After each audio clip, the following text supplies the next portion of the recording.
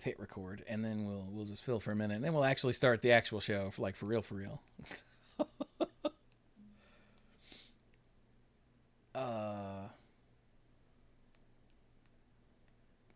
I'm gonna have to go back to the Discord to figure out which cards to start with. But I think we're gonna start with Spider-Punk. Sounds good. Who's in red? Okay, good. I was gonna ask what color he is, and I'm like, oh wait, duh, never mind. And it's Kraza in the non thing. Okay, so I can go ahead and get that up. Do what? What was the green saga called in Through the Omenpaths? Like a trail of teacups. Trail. I'm sorry, I'm never getting past that ever. Oh God, don't make me. Don't get me started.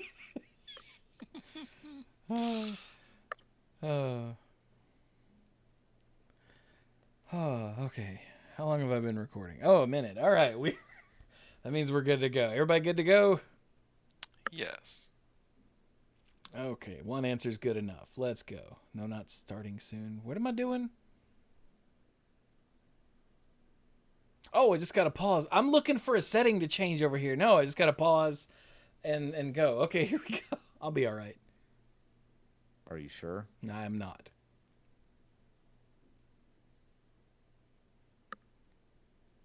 Ow, jam. Hello, everyone, and welcome to the Mana Pool. This is episode 734 of the Mana Pool, apparently. And I am Chewy.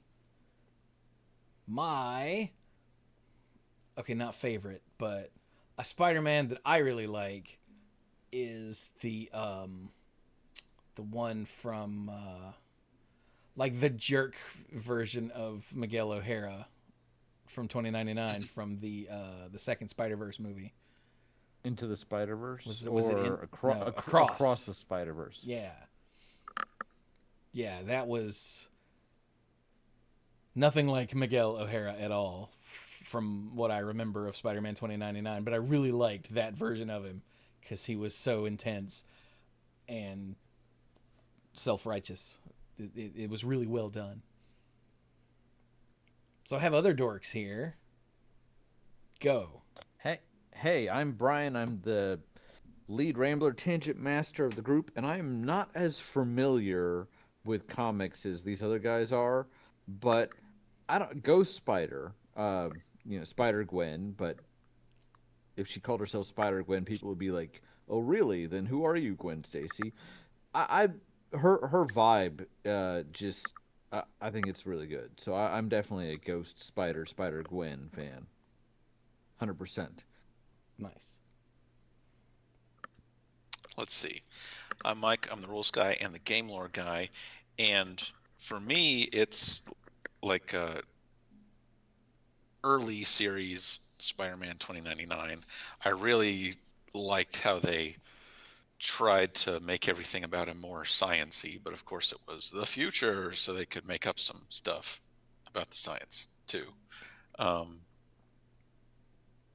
And his costume was also really cool in a it was mid to late 90s way.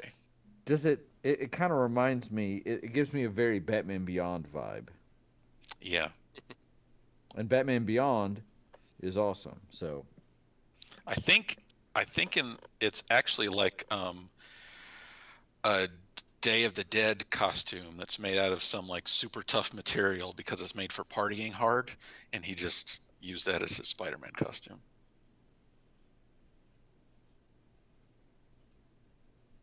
Well, I'm Dirk, the self-proclaimed greatest man alive and moral compass of the book. Or of the group. Sorry, not the book, the group. Chapter 2. For me, the Spider-Man that I have known or had the most connection with would be Ultimate Spider-Man from the Ultimate Spider-Man comic series. If we're talking about TV, movie, and everything, I would say the Spider-Man from the cartoon series, You from like the gotta. 90s cartoon series. Okay, I was gonna say you gotta be thought more about specific picking than that that. one too. Yeah. Spider-Man the animated series, I Mhm. think. Yeah. Yeah, it was like the running right around the same time that the X-Men and cartoon series was running back in the 90s.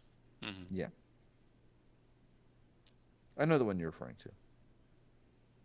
That was definitely my exposure to a lot of spider lore, and that was I remember the series or the little episode sequence. Why am I the arc, I guess, where they introduced Venom, and I'm like, oh man, this guy's cool.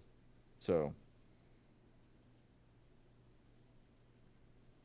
You guys remember the second 90s Spider-Man cartoon where he went to Vaguely. Counter Earth? That must have been in the not version that I watched. No, it was a different series entirely, but it was after the one that we all know and love was done. Yeah, it What didn't was run it very called? long, did it? Or did I just not watch it very long? It didn't last very long. Okay. I think it was like a 13 episode or something. Mhm. Spider-Man 90s cartoon. Spider-Man I just realized what I said about Other. Spider-Man 2099's costume doesn't make any sense. I think it was a carnival costume with a death's head design on it. Yeah, like carnival, like Mardi Gras costume. That's what it was, I think.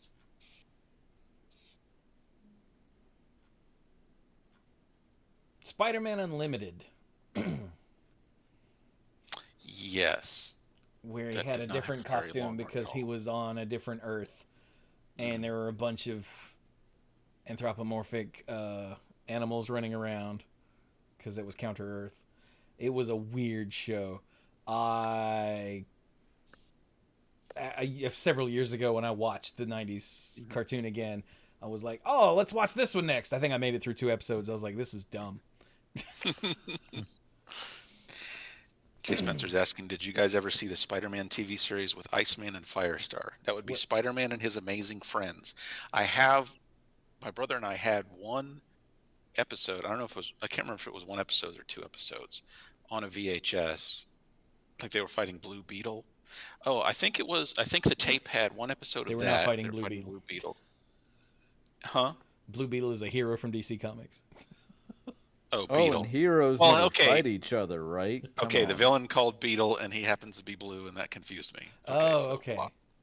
Anyway, so Beetle, and then I think the other cartoon on that tape was an episode of an old X-Men cartoon. I think I missed the formative part, the important part of that when Chewie was saying like, "Oh, he's a hero." I was like, "Yeah, because heroes never fight each other." But then I missed the whole, "Oh yeah, DC Comics." So never Yeah. mind. Oh, he was sort of a. Well, depending on which frames you're looking at, he was either like a blue-green or just straight blue. That's weird.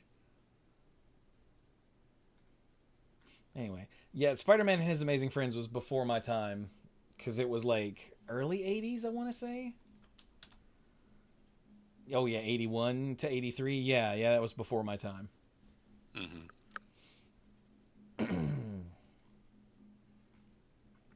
Yeah, I've only seen the one episode that we had on tape. I mean, I've seen a couple. Like, did you know that there was a Spider-Man series right before? Actually, it might have been concurrent with Spider-Man and His Amazing Friends. It was just a solo show, but it was the same animation style. I've seen a couple episodes of that. I don't know whether I knew. I mean, I've seen memes and stuff that are obviously taken from something like that, but I've never seen an episode. Yeah. You should look I up think there's a kids show that's also Spider-Man, like, and his friends, and it's the like Disney. It's like one of those like Disney Junior sort of shows where like Are they like the chibi the version? Miss Marvel shows up, but they're like kids that are showing up to help each other. But it's like Ghost Spider, Miles Morales, and Parker are the three spiders, and they're like little kids who show up and they do a like kid version of the Spider-Man show. Weird. I think that's supposed to be for a slightly younger target audience. Yeah. Just a slightly younger, yeah. So yeah, Firestar was created for this show in '81 because they couldn't get the rights to the Human Torch, and then she was introduced in the comics in '85. I didn't realize there was that big a gap. That's like Harley Quinn level nonsense there.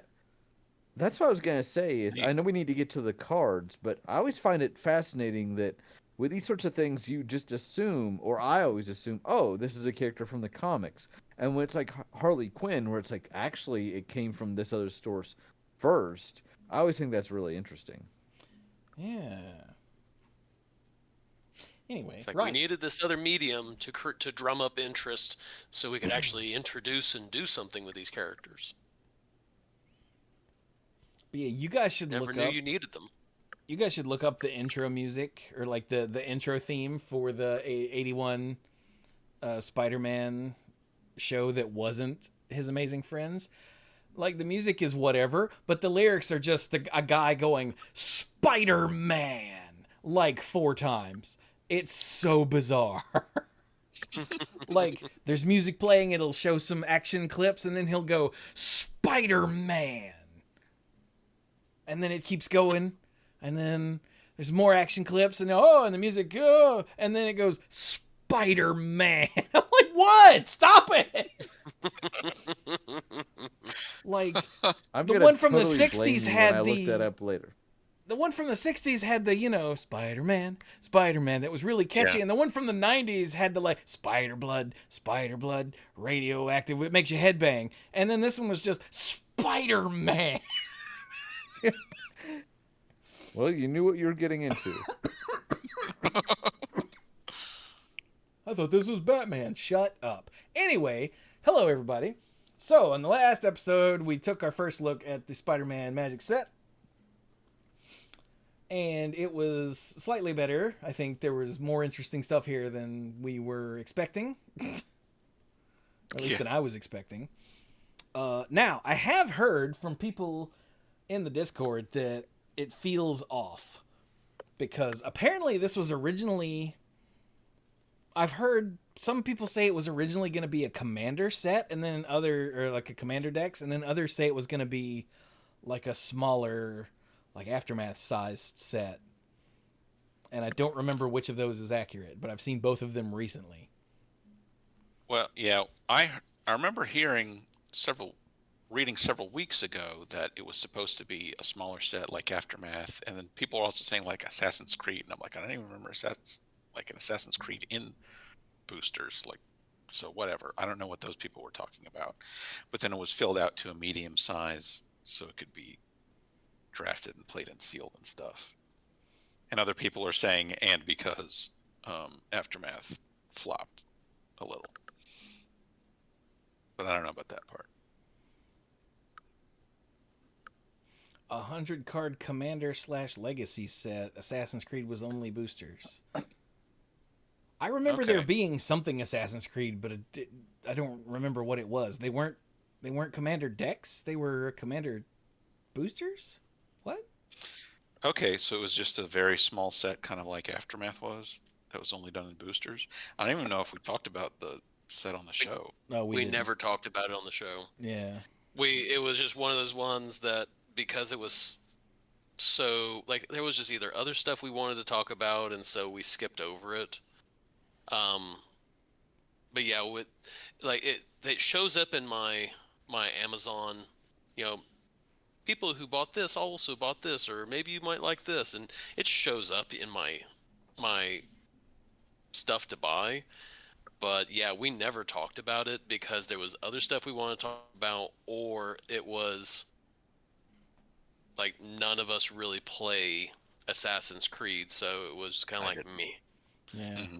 I played the first 2 games, and that's it. I played Origins, and that's it for me. Nerd. What? I've never played Assassin's Creed. Yeah, me neither. Oh well. So yeah, apparently some of the reports are that it's not great to actually like play limited, because a bunch of it was rushed. So Really? yeah. So well, damn. In like people say, it feels off in a clunky way or a swingy way. I don't know. Let me go back to the Discord and see what people said, because I don't remember specifics. And this is the Spider-Man set that feels clunky or off? Yeah. Okay. Okay, here we go.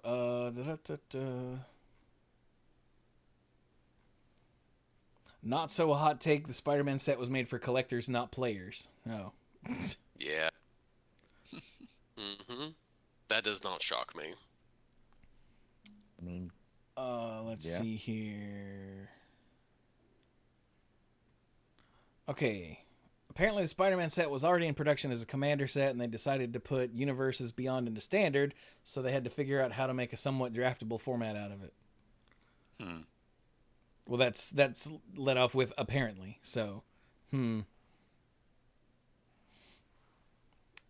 let's see here. I was getting the vibe of AC, which I assume is Assassin's Creed, where they were trying to get all the hits and had to add a bunch of draft chaff. Gotta make something playable. If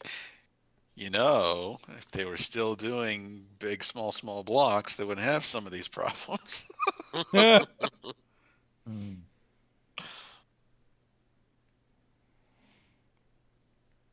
So, yeah. This is just in the Manapool Discord, but I have seen whispers of it elsewhere as well. So,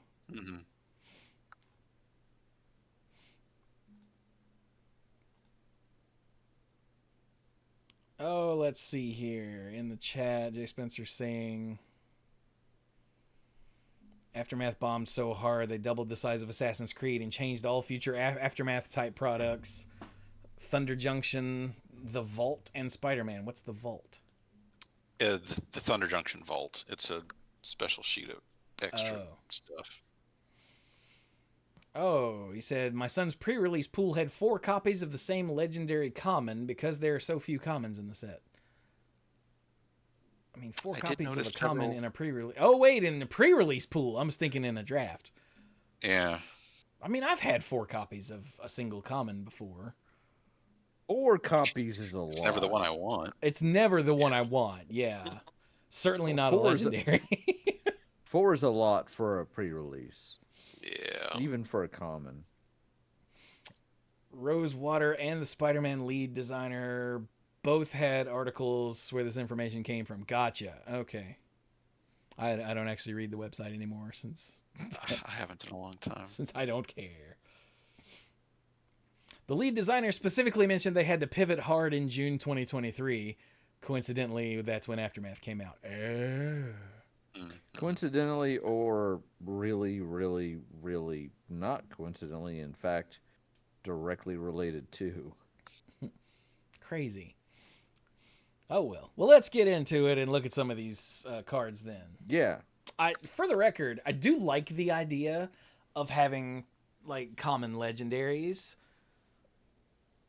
You know, because there is that weird subset of, like, Pauper Commander players. Yeah. And giving them more toys to play with is always fun. Plus, you know, for stuff like this Universes Beyond thing, you don't have to have every single legendary be, you know, a mythic or a rare, because they're too many in these properties. Yeah. Yeah. So like in theory, I'm cool with common legendaries, but when the set is too small and it causes problems like that in limited, that's where you start having a problem. But okay, so let's start with the thing that's our background here. For those of you that are not watching the video version, it's Spider-Punk. So Spider-Punk or Kraza the Swarm as one. The swarm as one. Sounds like something that the Autobots would chant. The swarm as one. Okay, anyway. Did you know it was till all are one WON that the Autobots No, were I did not know chanting that at all. at the end of the Transformers the movie? Yeah, it was till all are one, like till we win all the fights, not till we absorb all of the Decepticons or whatever. Anyway. Okay. I think I'm just going to ignore that. That's fair. All right, so Spider-Punk is a rare legendary. For 1 in a red, he's a 2/1 Spider-Human hero. Because of course he is. He has Riot. Which, Riot, if you don't remember, is this creature enters with your choice of a +1/+1 counter or haste. So he's either better in the short term or better right now. Yeah, it was the Wait, Gruul that would be mechanic better from... in the long term or better right now. Yeah, it was the Gruul mechanic from Gate Crash, if I'm remembering that right. Sounds right. That's not all, though. Other spiders you control have Riot, which is neat. Cool. Spells and abilities can't be countered. It's the reddest card that ever was read. And damage can't be prevented. Just red. Just red. Just reddest card I ever saw. And I love the flavor text, which is disrespect authority, smash the system. And you know what? I agree. I'll just leave it at that. Yeah, this version of Spider-Punk was an anarchist. You don't say. I do. And then there's different versions of him here. With I like the I don't know what you call this treatment, but the one where he's all wrapped up in the web and blowing bubbles. That's good stuff. But anyway, yeah, that's pretty cool. Because Yeah, I like that a lot. Again, he was an anarchist, so spells and abilities can't be countered, which means there's no control. And damage can't be prevented, which means there's no control. So I love the flavor and how the again, reddest red card that ever read. If it was something other than spiders you control have Riot, it would absolutely be like, if this was goblins, this would literally be the reddest card that could exist. Yes. That didn't involve the word random.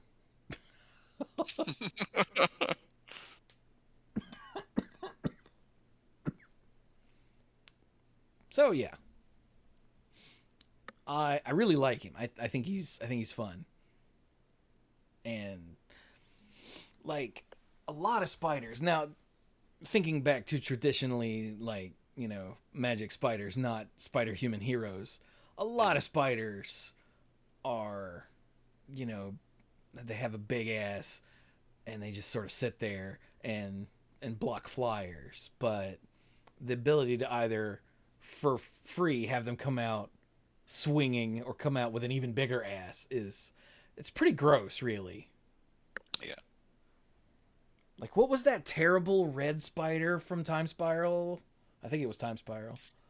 It might not have been Time Spiral, but it was Was it just like a 4/2 with reach? Yeah, it was a 4/2 instead of a 2/4 and was red. Spire something? I don't know. Yeah, that I think I know the one you're talking about. Yeah. that one would be great to play in a deck with this one, because it's either a 4/2 with haste or it's a 5/3, which, and I think it still costs 4 because I think it was a take on Giant Spider. Yes. So yeah, not to mention, you know, how this interacts with all of the spider people in the set. Jay Spencer said, "I can't wait for a new batch of Lorwyn changelings." Oh yeah, we are going Isn't back to there Lorwyn, aren't we? Yeah, we're going back to Lorwyn. It's the next set, sometime? right? Depends on what your definition of the next set is. Well, sorry, the next standard legal set. Something like that, yeah.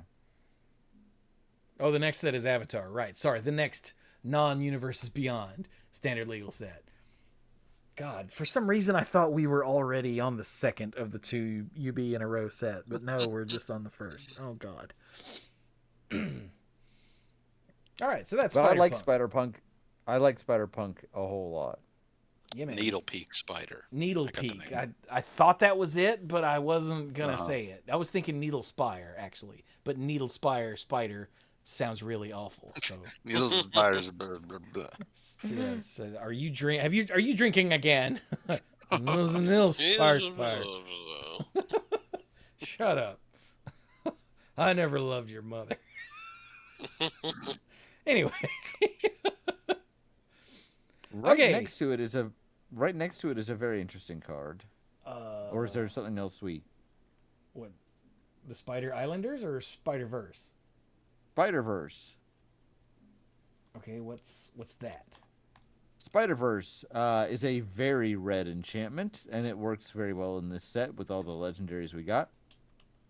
For 3 and 2 red, it's an enchantment. Is that mythic? That's mythic. Yeah. That is mythic. It's a what is that? Hall of Mirrors Mirror Gallery, whatever that is. The legend rule doesn't apply to spiders you control, so you can have out as many spider punks as you want, as many Mileses and Peters and etc. Whenever you cast a spell from anywhere other than your hand, you may copy it. If you do, you may choose new targets for the copy. If the copy is a permanent spell, it gains haste. Do this only once each turn. Notice there's nothing here that like sacrifices the copy or anything at the end of the turn. You just get a. But you have to cast it from somewhere other than your hand. So this feels like a Johnny card. So what's the new madness called? Mayhem. Mayhem.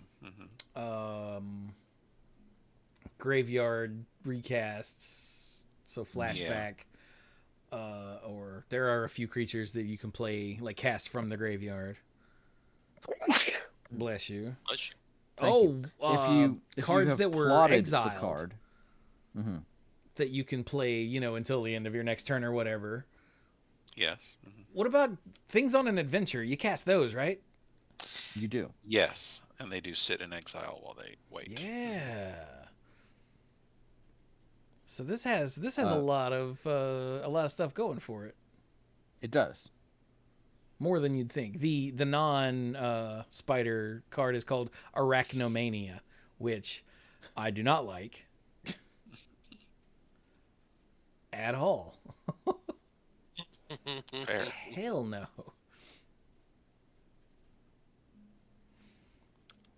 All right, what were the other cards that we should? Oh yeah, Ezekiel Sims.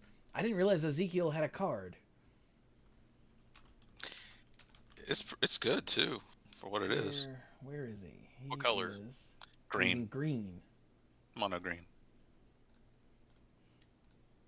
Oh, I love this. Okay, this shot in the art. This is from. Okay, hang on. Oris, Last of the Web Lords. Hang on, I gotta get them both on the screen. Oris. That's also a dude in a suit. I find that hilarious. But yeah, so this shot here of Ezekiel Sims in a suit with his collar open and no shoes on. This is how Spider-Man first encounters Ezekiel. Like he's Spider-Man himself, up on the wall here, and he's just sort of squatting there and looking around. And this guy says something like, "Hey Peter, how's it going?" And he turns and is like, it's not the fact that he said my real name. It's the fact that he's sitting here on the wall exactly the same as me. And yeah, Ezekiel is one of the other guys with the spider totem ability thing, but it wasn't granted to him. He had to go out and get it. Mm-hmm. So like he had done research and found a way to sort of snatch some of the spider totem power, whereas Peter, you know, was gifted it by the spider totem itself. And yeah, he's the guy who explains to Peter about this whole new J. Michael Straczynski spider totem thing, and explains who Morlun is, and he's like, look, this guy's gonna come for you. I have a way for you to hide to where he can't find you, and then he'll move on. He'll piss off and move on, and you'll be safe. But once he's locked on, there's nothing that can stop him. And Peter's like, well, I'm not gonna hide. And he's like, all right, man. And then Morlun shows up, I can't say that on the show, kicks the living crap out of Pete. Pete goes to Ezekiel and is like, hey, man, can I borrow your bunker now? And he's like, it's too late, man. He can track you now. Like, he knows you. You're screwed. Should have taken me up on it the first time. And Pete goes, well, piss, and leaves. And Ezekiel's like, I've got too much to do. I'm very important. I'm very rich. I've got this giant company to look after. Sorry, I can't help. And then, you know, while Pete is getting the crap kicked out of him like a third or fourth time, Ezekiel actually shows up and, like, they work together. And at this point, you know, the Spider-Verse wasn't a thing yet. Mm-hmm. And so this is the first time that Peter has fought side by side with someone with his exact same power set. And he's like, we don't even have to communicate. We just both know what to do. And it's amazing. And ultimately not enough. And it turns into a giant mess. But I'll stop there. But I love this aspect of the JMS run of Amazing Spider-Man, in case you can't tell. Mm-hmm. But anyway, hey Dirk, what's Ezekiel do?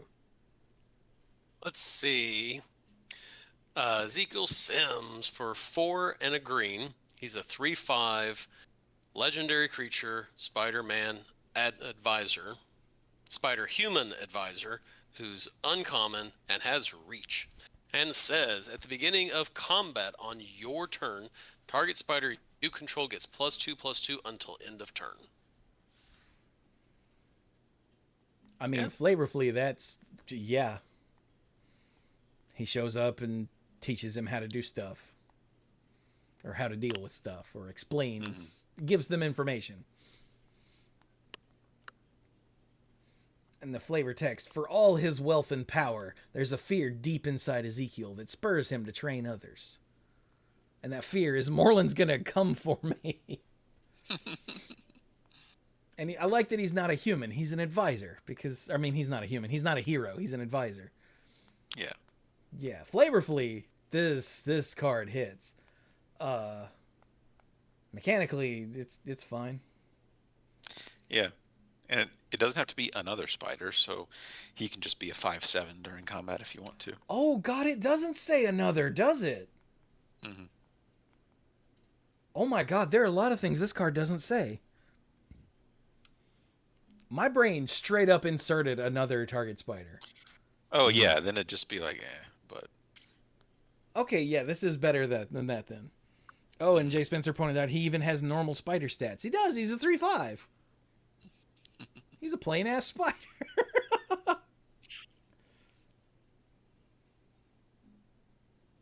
I like this guy, especially for an uncommon. Yeah. He's not bad. He's not great, you know, but that flavor, though.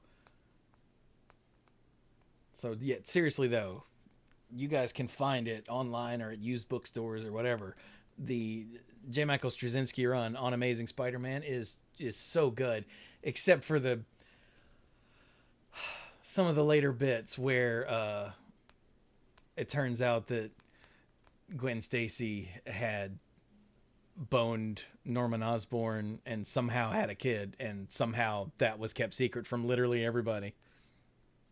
That part is pointless and stupid and is I feel like just there for shock value, but the rest of it was really well done. Cool. Yeah, she boned old ass Norman Osborn. Didn't Batgirl sleep with Batman in The Killing Joke or something, and people were like, "This hurts my Oh, everything." in the cartoon adaptation of The Killing Joke. Yeah. That was so creepy. I watched it. It was like, what are they doing? What? No! No! Statutory! Statutory! So that wasn't even something in the original source material? No! Not even slightly! Ugh. Oh, no! I think that is the intended response. Like you said, shock value. And then the Joker shot her. And Batman was sad because he just got his little bat wet. No! That's not why he was sad! What? Okay, anyway. Alright, what else was in the list of cards? Spider-Punk, Ezekiel. Oh, an Electro Assaulting Battery. Oh my god, that is the best name. Electro is... Mono red. Electro's Bolt. Yeah, there it is. And it's Bayo. Bayo. Bayo. Bayo. Does that mean it's a Trumpy has-been actor? Bayo? Okay, sorry. All right, somebody read assaulting battery. That's so stupid. The Electro Assaulting Battery costs 1 red for a 2/3 with flying. It's pretty good. That's a rare legendary human villain. So 2/3 flying for 3. You don't lose unspent red mana as steps and phases end. Oh. Whenever you cast an instant or sorcery spell, add a red. Oh. When Electro leaves the battlefield, you may pay X. When you do, he deals X damage to... Did Mike blink out for you guys too? I think Mike just blinked out, yeah. I heard myself perfectly fine. I didn't hear you. Well, thank goodness. So you don't lose unspent red mana, steps and phases end. Whenever you cast an instant or sorcery spell, add red. When Electro leaves the battlefield, you may pay X. When you do, he deals X damage to target player. This just feels like at a certain point, this makes it so the other person can't win because... Well, it doesn't say as turns end. So would you still lose it when your turn ends?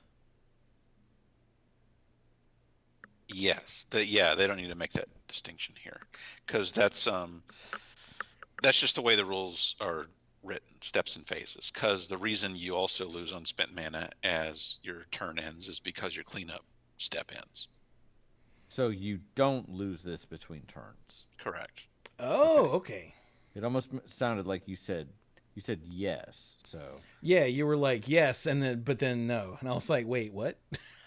Chewy's question was, do you sorry. lose the mana at the end of your turns? And you said yes, so we were like, huh. Yeah, okay. I have no idea why I said it like that. Okay, so this is better than I initially thought. I was like, oh, it just means you get to say... Sorry, Jay Spencer's doing the thing from Clue. Did you say yes as in yes or yes as in no?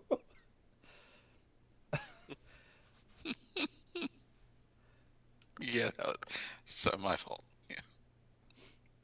So yeah, like I said, this is better than I was thinking then, because I was thinking, well, you still lose it when your turn ends. It just lets you keep it like from your first main to the end of the turn, I guess, through combat.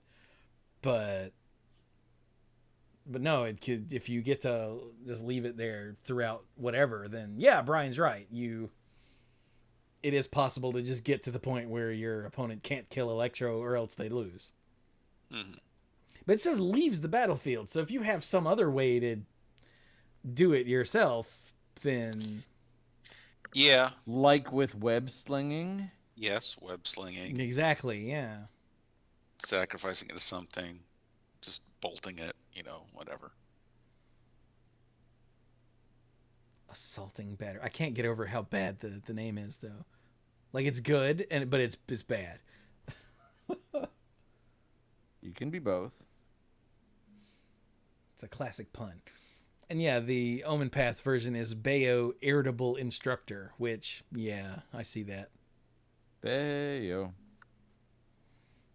Bayo. Jay Spencer said, I like that he's a battery and stores mana. Oh, that's true. I was thinking it just like Electro. But yeah, he is literally a mana battery, isn't he? That can assault. Oh my god.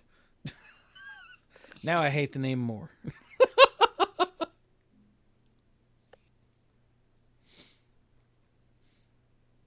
All right. Well, who else? We didn't look at any of the freaking gold cards in the last one. Well, Yeah, we didn't get around to it. let's talk about the Web of Life and Destiny first, because I know this is a dark enchantment. If there was ever an enchantment that was dark. Oh my god. And the non-spider version is Through the Omenpath. Huh. Web of Life and Destiny, you said? Web of Life and Destiny. Okay. So that one is cost 6 and 2 green, so a total of 8 mana. It's an enchantment that is mythic, and it has Convoke. So Nice. each creature you each creature you help, your creatures can help cast a spell. Each one, when you tap, it adds 1 mana to the casting. Right. All right. So It says at the beginning. Okay, wait a minute. Wait. Dirk was doing that quickly in his own little idiom for himself. For those of you that don't remember, you can use your creatures. You can tap your creatures to pay for the mana cost. And your creatures that are your creatures that have colors produce colored mana for this. They don't produce colored mana for this. They can help pay for one of they the don't. mana on that color. Yeah. Sorry, it's been a while since we've seen Convoke. Thank you. Never mind. Carry on. But they can reduce by the color. Yes. Mm-hmm. So you could tap 2 green creatures and only pay 6 for this. Is what Brian was trying to say. So yeah. Thank you. Okay, go Dirk. And it says, at the beginning of combat on your turn, look at the top 5 cards of your library. You may put a creature card from among them onto the battlefield. Put the rest on the bottom of your library in a random order. For that cost, I hope you get something. So I say this is a dark card because it's green, and that's not the only thing, but it is green. It's big, it's got a big effect, but also it's super creature like. You want to play this with a bunch of other creatures because they help you cast it. So, and then it helps you get more creatures for free. So I thought this was a very dark card. And it doesn't put the stuff it doesn't use in the graveyard, which is, we all know Dirk does not like putting things he didn't use in the graveyard. No. Nope. He really doesn't. Dirk and Mike have probably the most diametrically opposed play styles. It's true. Well, Dirk will do it for a reason. I remember Dirk had a blue-black deck that had Sliver Overlord in it, and like the main way to get Sliver Overlord onto the battlefield was to reanimate it. Mm-hmm. Because I would like to the thing about some of those I had, the graveyard, was it Overworld Cemetery?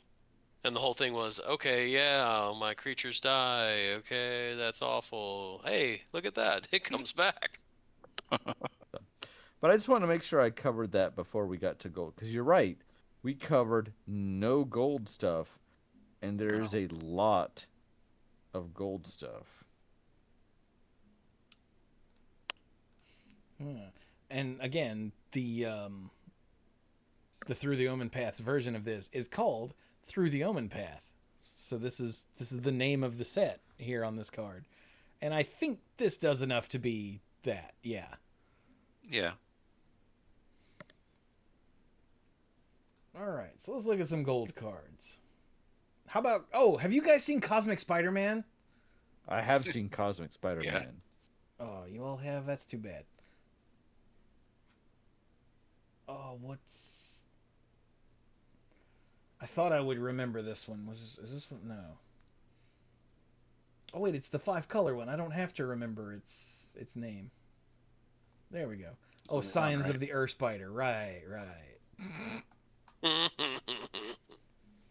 Which is just a hack job of a name if there ever was one.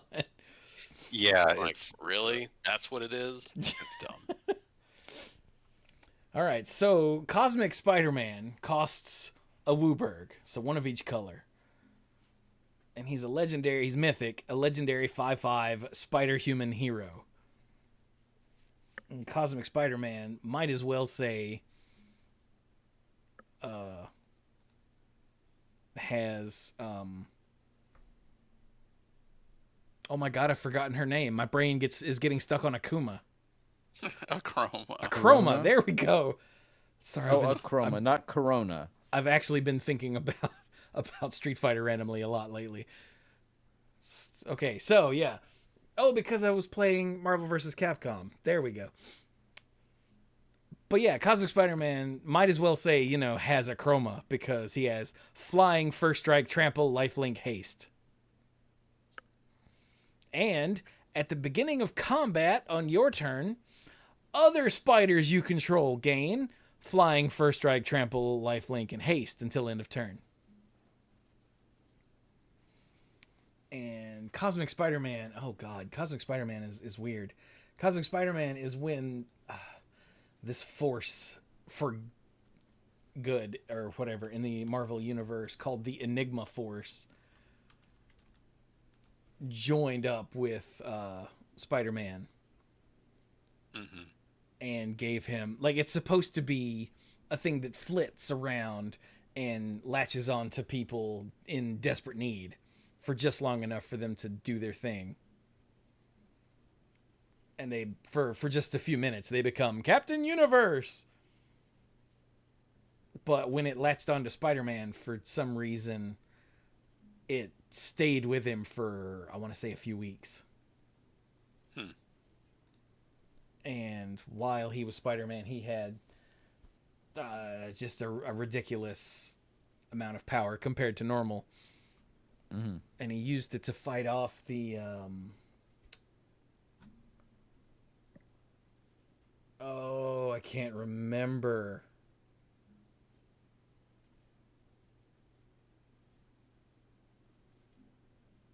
Oh, well.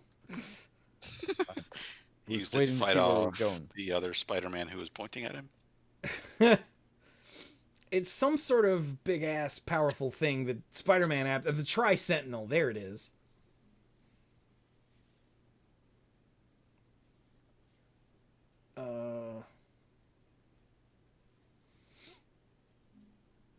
But yeah, it stuck with him for a while, so that's what we're looking at here.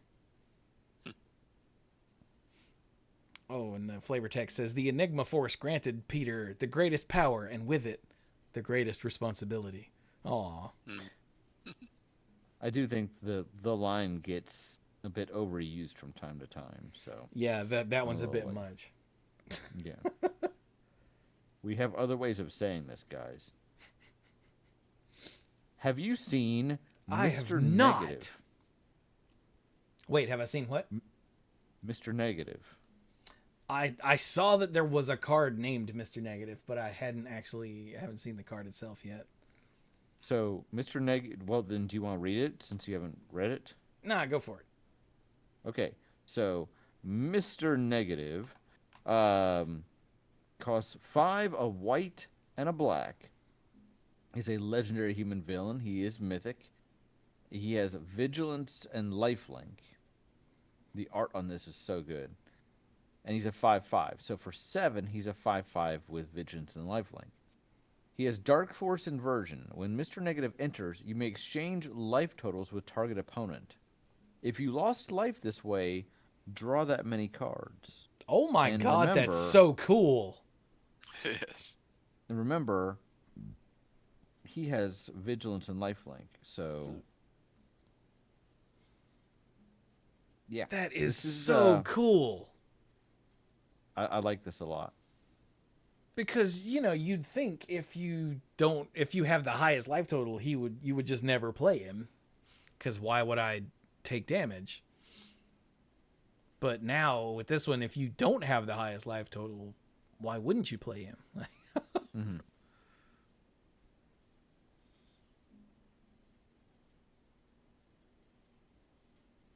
So yeah, now this is way better when you lose a bunch of life with it.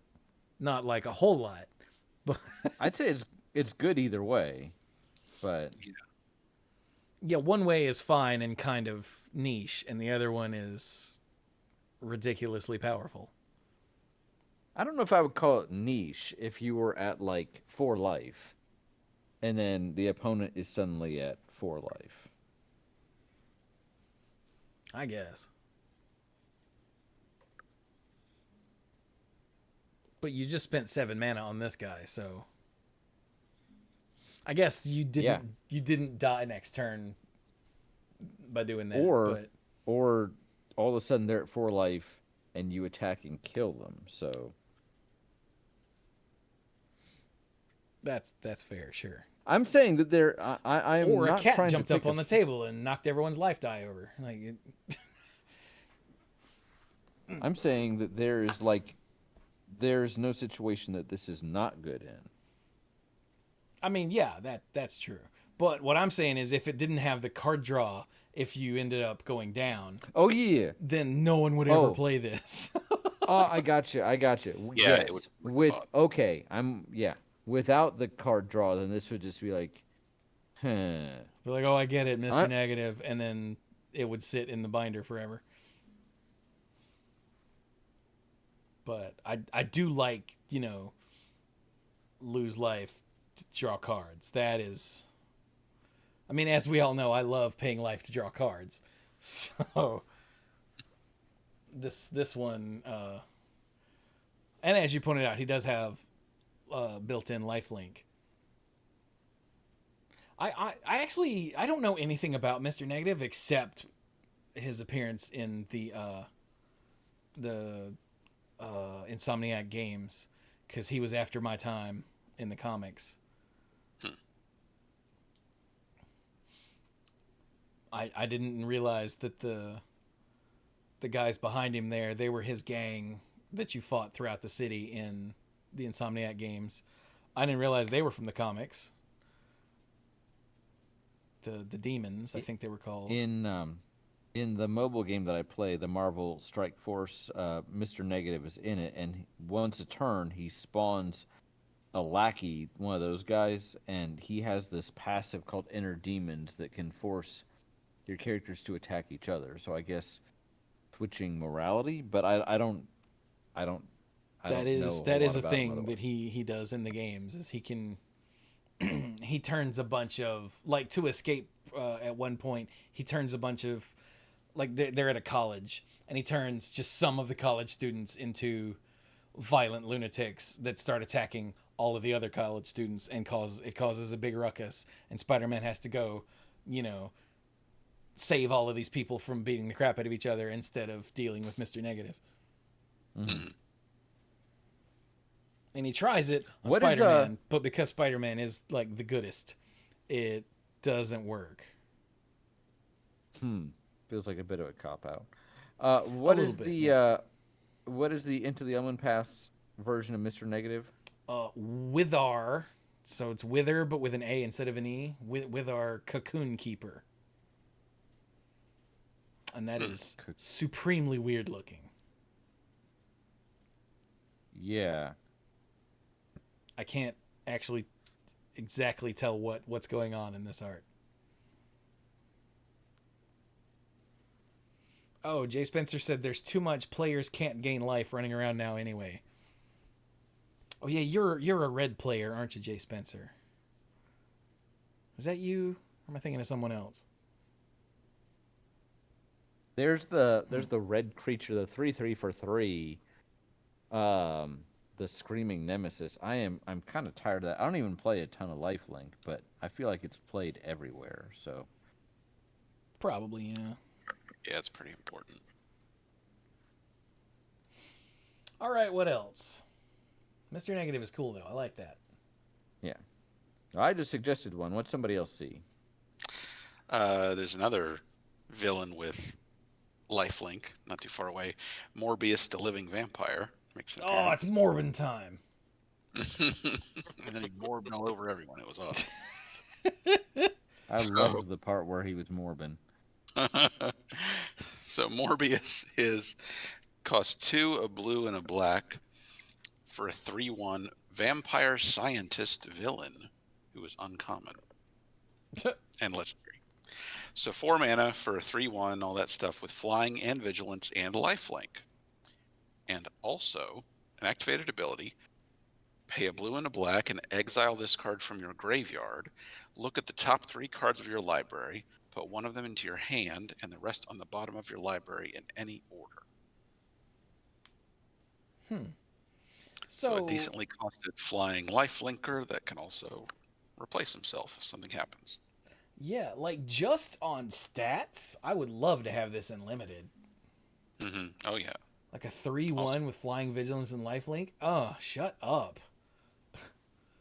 That's dumb. Because if your opponent doesn't have an answer for it, they just die. Yeah. And then if they do have an answer for it, well, you just get to dig a bit and take the best card. Like, what? That's really cool. That is really cool. I also love that the art on this is like classic 90s ass Morbius. Yeah, with that costume. Yeah, with the plunging neckline. Oh, so cheesy. The Omenpaths version is Turl. Terl? Terl? It's the word tear or tear, Tearle. Turl. In Tropic Hunger. Which yeah, that all sounds about right. The flavor on that feels good. Oh, and it's a Edge of Eternity's villain guy in that version. Oh, is it? Yeah. He's sucking stuff into a black hole that's purple. Yeah, and the armor he's wearing is that same style that they wear. Huh. Well, right next to him is Prowler, and Prowler is one of my favorite, like, random nobody characters who suddenly got big. What is it? I think we know why. Carlo. Okay. Why did he get big? I assume because he was in Into the Spider-Verse. That's what I was referring to. But I don't know if there's a reason, like in the comics, if he got bigger. Like the Prowler that I know was like a dude named Hobie Brown who was kind of a loser. Like he had pretty much given up on trying to do the supervillain thing. Hobie Brown, it turns out, is Spider-Punk in an alternate Britain. So completely different universe. Instead of this loser Prowler, it's Spider-Punk, which is weird because I'm pretty sure in 616 he's, American, but whatever.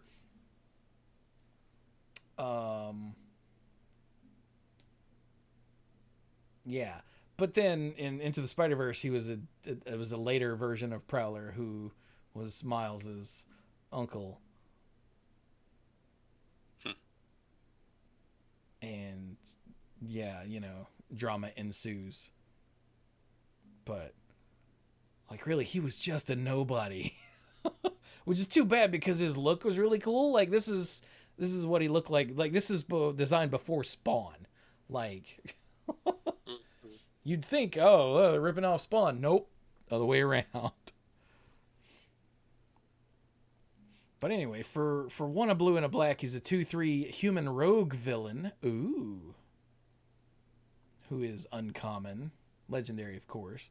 He has menace, and yeah, he does. Look at that. So menacing. And whenever another villain you control enters, Prowler connives. Oh, yeah. So you draw a card, then discard, and if you discard it on land, then you put a +1/+1 counter on this guy. Hmm. So he activates Mayhem. He gets bigger, and he has Menace. Pretty good uncommon. Yeah. And the not one of those build around me uncommons, but pretty good. And then the Omenpaths version is Carlo, Suave Schemer. Look at this guy. He's got his feet up. He's got, I can't tell if that's a sword or a cane. Maybe But that's the point. you can tell he's a suave schemer. Look at him. Oh, Jay Spencer Yeah, I said, would say sword. yeah, I think you're right. I think it's a sword. Because the glowy part, it would be like the part of the hilt. Hmm. Yeah, I see it now. Okay.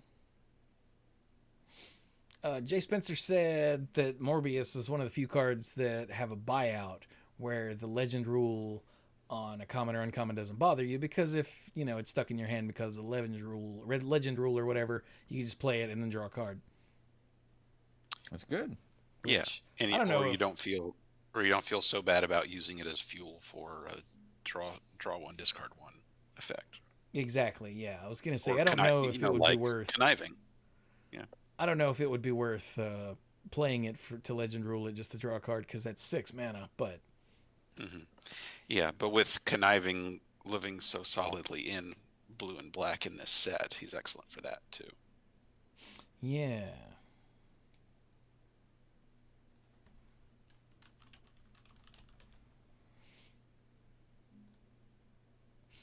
But okay then. So who else has a card?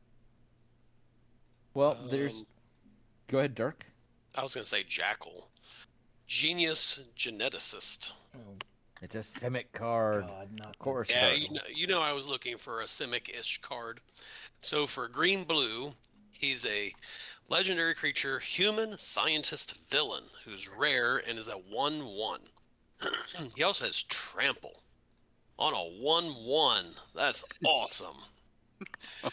So begs the question, why are we putting a trample on a 1/1? Well, here's how. Whenever you cast a creature spell with mana value equal to Jackal's power, copy that spell, except the copy is not legendary. Then put a +1 counter on Jackal. Hmm. The copy becomes a token. I'm not familiar with this villain, but I think I get his thing. Yeah, this is the guy behind the original Spider clone from the 80s or maybe the late 70s. And then later because he cloned Spider-Man, and then they fought, and then Spider-Man won and dumped the clone down the smokestack of the factory, and then, swung off to continue life. And it turns out that clone didn't die and came out and was like, well, I guess I'm the clone then, and started a new life as Ben Riley, who was Ben, for Uncle Ben, and Riley was Aunt May's maiden name, and dyed his hair blonde and went off and made his own life. And then years later showed back up in the comics and did the whole clone saga thing where they decided to reveal that in truth Ben Riley had been the real Spider-Man all along, and it was the Spidey that we've been reading comics for a long time now that was really the clone. Ha ha! And then everybody was like, what? And then they backtracked that because that's stupid. Almost as stupid as like Captain America being like a member of Hydra or something, but they would never do that dumb. I mean, I think that one was more well thought out than the spider clone thing.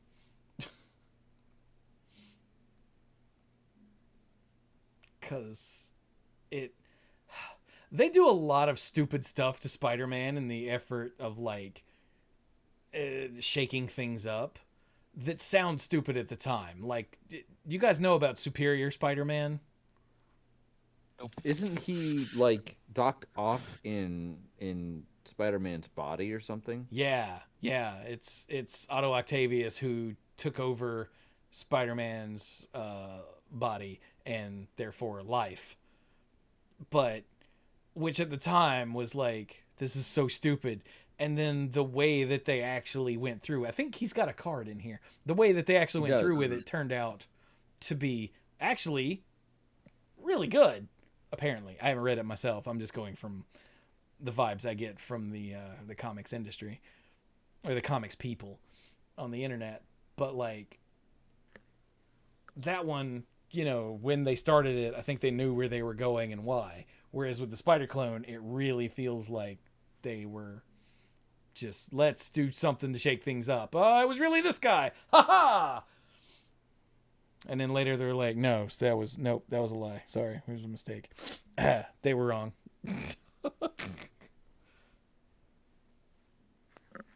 Mike, have you seen the Superior Spider-Man card? Yes, I have. Oh, And by now the that way, I know the but before we move on to him, the other version of Jackal is Druneth, Reviver of the Hive. The Hive. The not that old artifact that makes insect tokens. Or I think, did it make wasp tokens? I can't remember now. wasps. I think yeah. it made was wasp wasps, tokens. yeah. Wasp, yeah. But no, it's the Reviver of the Sliver Hive. So she's awful. Yeah. Okay, so are we doing Superior Spider-Man now? Well, you Yes. mentioned it, so.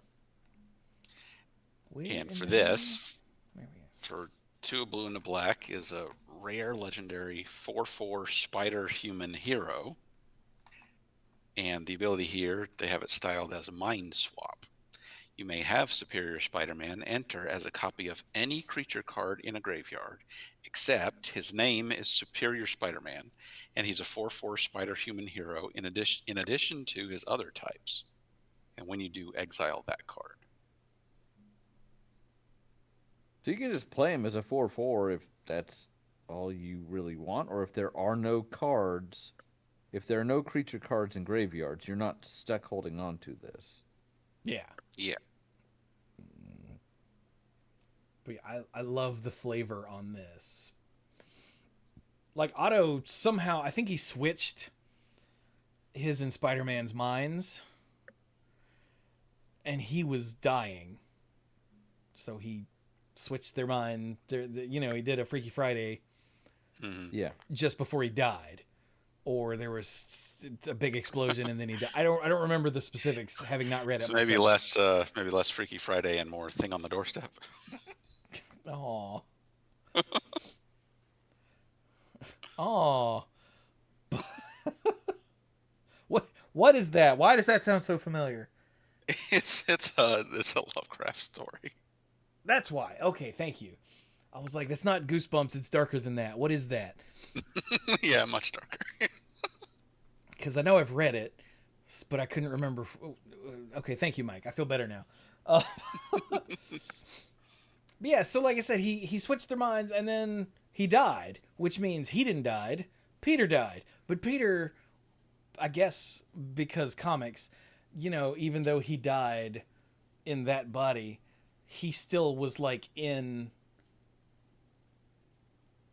Octavius's or the Spider-Man's, Peter Parker's, whatever, brain, and he could see everything that was going on and be like, oh my God, I'm never going to financially recover from this. But yeah, the fact that it comes in as a clone of something else, except he's Spider-Man. Oh, that is chef's kiss right there. I think just the little bit that I know about this, he Otto tried to do a good job, right? He actually wanted to try to do a good job. I don't know if he just saw the effect he was having on people and was like, oh, maybe I can be a good guy or what. But he was ruthless. It's kind of like how the comparisons to DC keep coming, but like Batman got his back broken, so somebody took over for him, right? As Batman, and that I don't recall the specifics, but As the that guy who was person Azrael, yeah. he basically went around just executing people. It was like, why do you keep letting the Joker go? Let's kill him. Kind of like that, right? So Pretty much, yeah. Like his whole thing was, look, I'm way better and way smarter than that jerk face who is Spider-Man. So if I would be Spider-Man, I would. Well, I mean, the flavor text here says, "I will be Spider-Man. With my unparalleled genius, I shall become the superior Spider-Man." And that was like he didn't get it. He didn't understand being a hero. He didn't understand helping people. He didn't understand interacting with people because he's a bitter old man who was a villain. So he was doing it wrong, and eventually he started to warm up to it. And I think he ended up sacrificing himself for the greater good somehow, but I could be making that up because, again, I haven't read any of it. I've just heard people talking about it in retrospect. But he did eventually, get better at being a Spider-Man. And the Omenpaths version is Cavero Mind Bitten. So, I do not care for that art. It's not up to the usual Magic standards, is it? No. Yeah, it's also kind of, a lot of these are blurry, and I think that's just because they're going to be at such a low resolution on Arena. Like, there's no reason for the assets to exist at a higher resolution.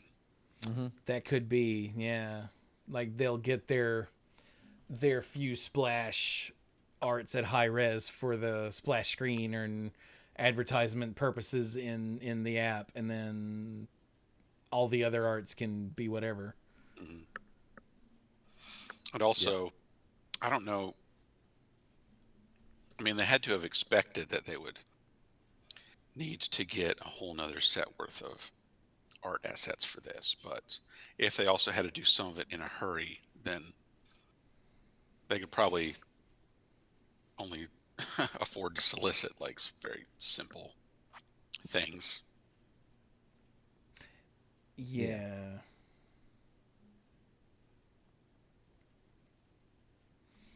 It.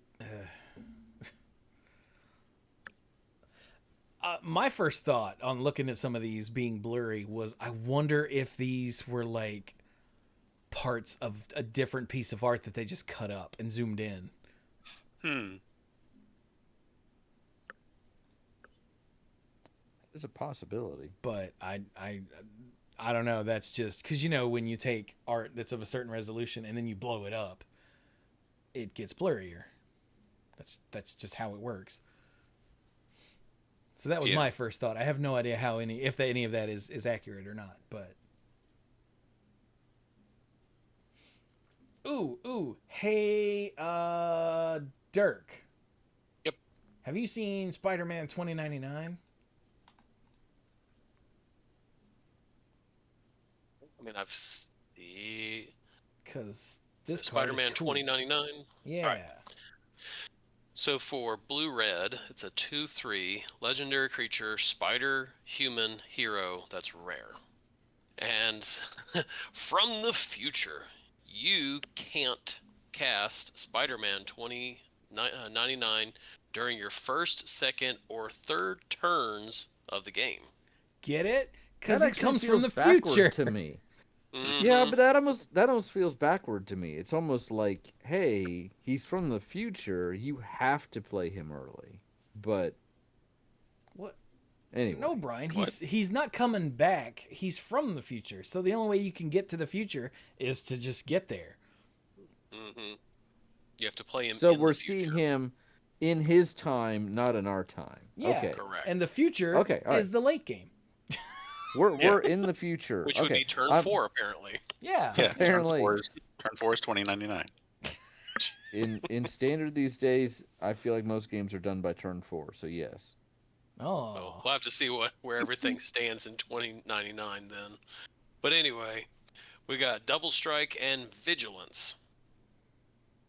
Lots of And vigilance. then at the beginning of your end step, if you've played a land or cast a spell this turn from anywhere other than your hand, Spider-Man 2099 deals damage equal to his power to any target.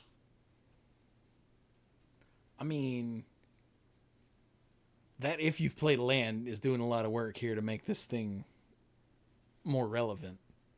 Mm-hmm.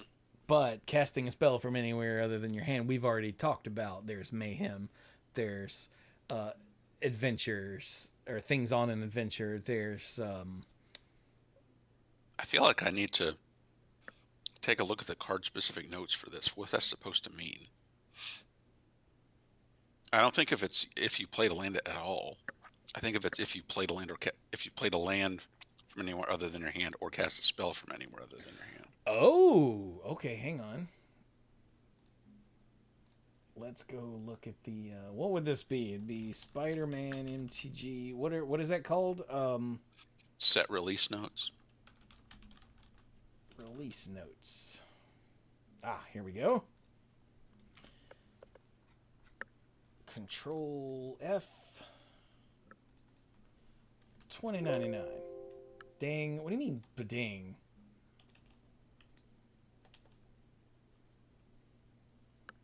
Is there not a... It's not in the release notes? You've got to be kidding me. Weird.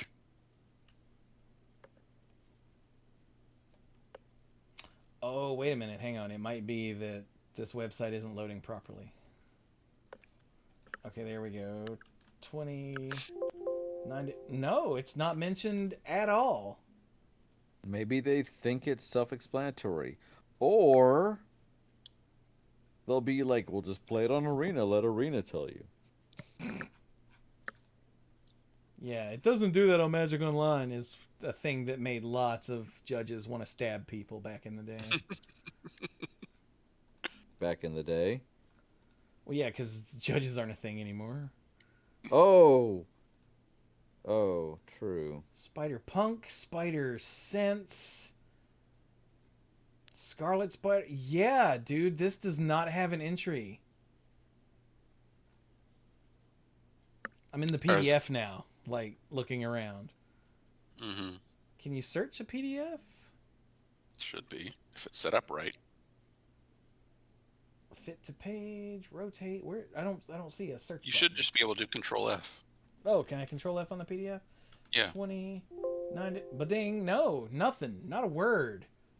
All right. Well, if anyone knows how to parse this, let's go to BlueSky.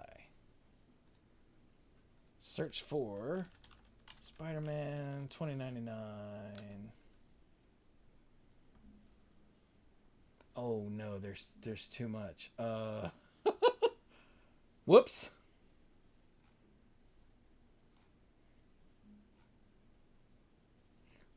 Okay, what about Tournament Magic?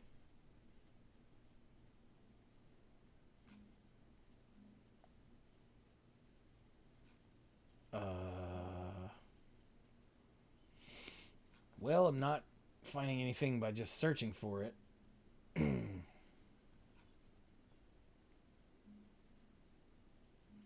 But yeah, I mean, I'm also coming from the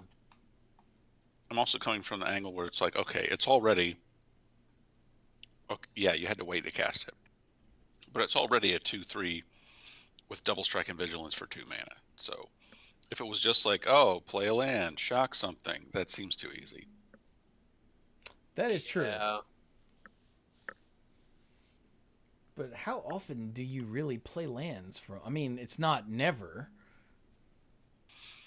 Well, there's also a lot of, and this came up earlier, and I think Jay Spencer also made mention of it in chat. There's also a lot of cards in this set that are like, do something, exile the top card of your library until the end of your next turn, you can play it. Okay, yeah, that's a good point.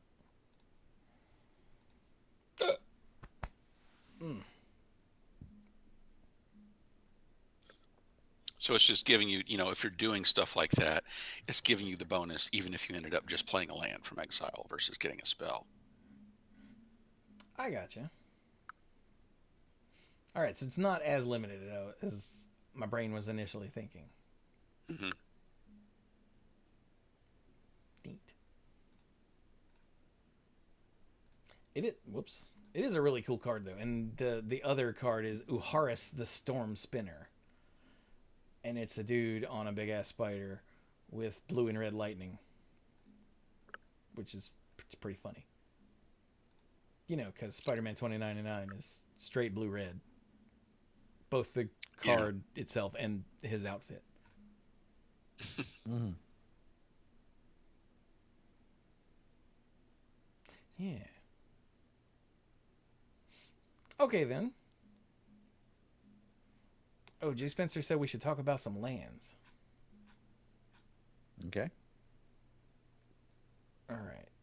Let me open all these up.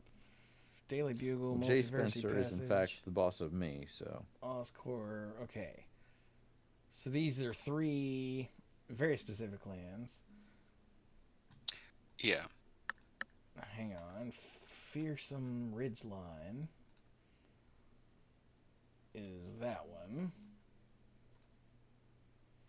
Oh, Multiversal Passage. An exclusive nightclub. Okay. Multiversal Passage and exclusive nightclub. Alright, I've got them all up in order.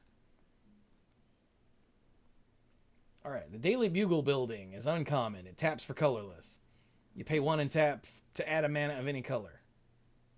Filters. Pretty standard so far. Mm-hmm. Oh. Yeah. And then Smear Campaign. You pay 1 and tap. Target legendary creature gains menace until end of turn. Oh my god. And you activate that only as a sorcery. He's a menace. They are really, really glad that they made menace a keyword in They really are. Oh, yeah. in Murders at Karlov Markov Kursubua Manor. I think he got it right the first time.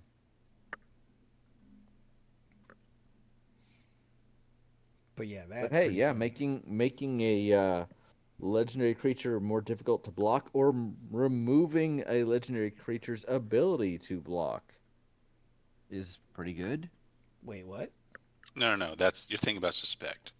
Menace Oh, is yeah. just the making blocking more difficult part. That's right. Yeah. Yeah, So the first, JJ not the himself has the Suspect. suspect mechanic, yeah. Yes. That's what I was thinking of. Yeah, this is just the menace itself. All right. Multiversal Passage, which is the same in both sets because it's a very generic magic name. As this land enters, choose a basic land type. It's rare. Then you may pay 2 life. If you don't, it enters tapped. This land is the chosen type. Oh, it's a shock land for any single basic. Yeah. Oh, that's cool. That's pretty cool. Mm-hmm. Like, it's not like great, but it's cool. I mean, it must be great. The prices on that Scryfall's listing here are somewhat silly, but what do I know?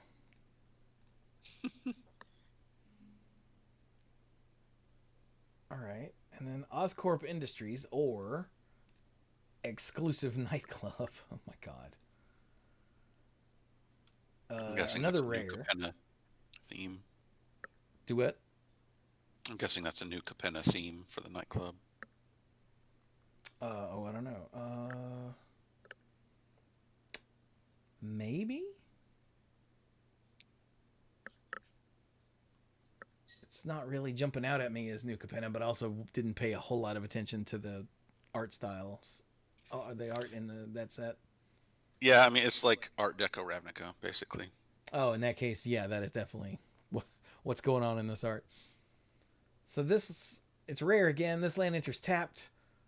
When this land enters from a graveyard, you lose 2 life. What? Okay. It taps for blue, black, or red. That's neat. And it has mayhem. Oh, okay. So you can discard it for another effect, and you can still play it as your land for the turn. But this will not let you sneak out an extra land in your turn without another way to do that. Yeah.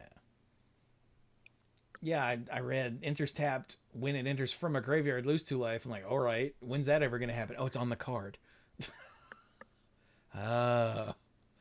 Okay then. Oh, I like that. It's some neat tech. That is neat. Jay Spencer said, sorry, not Bugle Building, Urban Retreat. Oh my god, dude. What's it called? What? Urban Retreat. Urban Retreat. Where is it? Oh, there it is.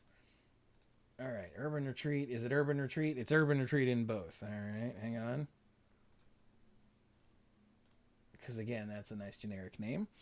All right, I got them both up. Urban Retreat is another rare. Enters tapped. Taps for a green, a white, or a blue. Okay. So taps for one of the Bant colors. Pay 2. Return a tapped creature you control to its owner's hand. Put this card from your hand onto the battlefield. Activate only as a sorcery. So it's got web slaying, kind of, sort of. Sort. I mean, that's the vibe that it's going for, yeah. Yeah. Yeah. And this will allow you to play this even if you've already played a land this turn. Yeah, because that's not playing your land. That's an ability on the card. Right. Huh. Yeah. For Peter, apartment hunting was about location, location, cost, and location.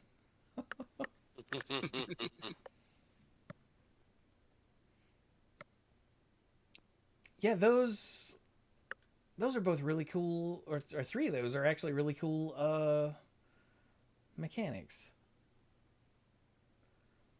Yeah, no, the multiversal passage. That is some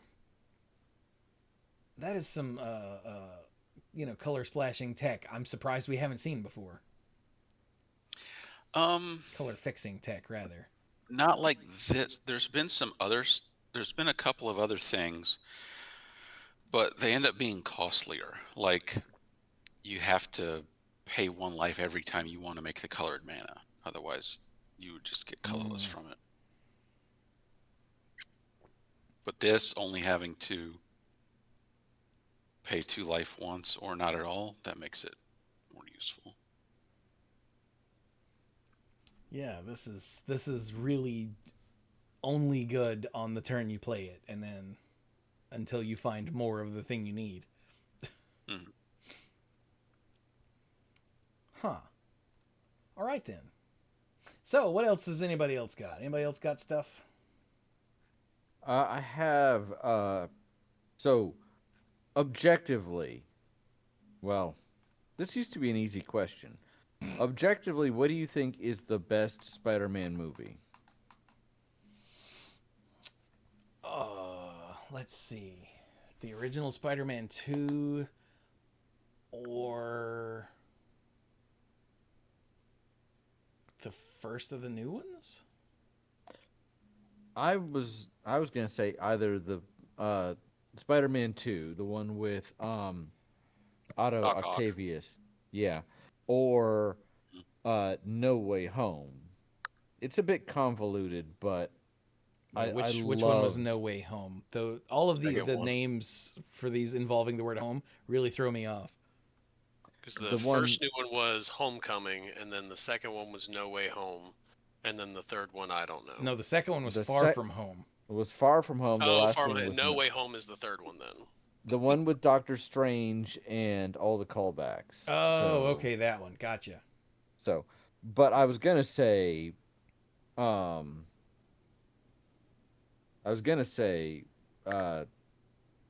default for a long time has been Spider-Man 2, right? Because it's really good.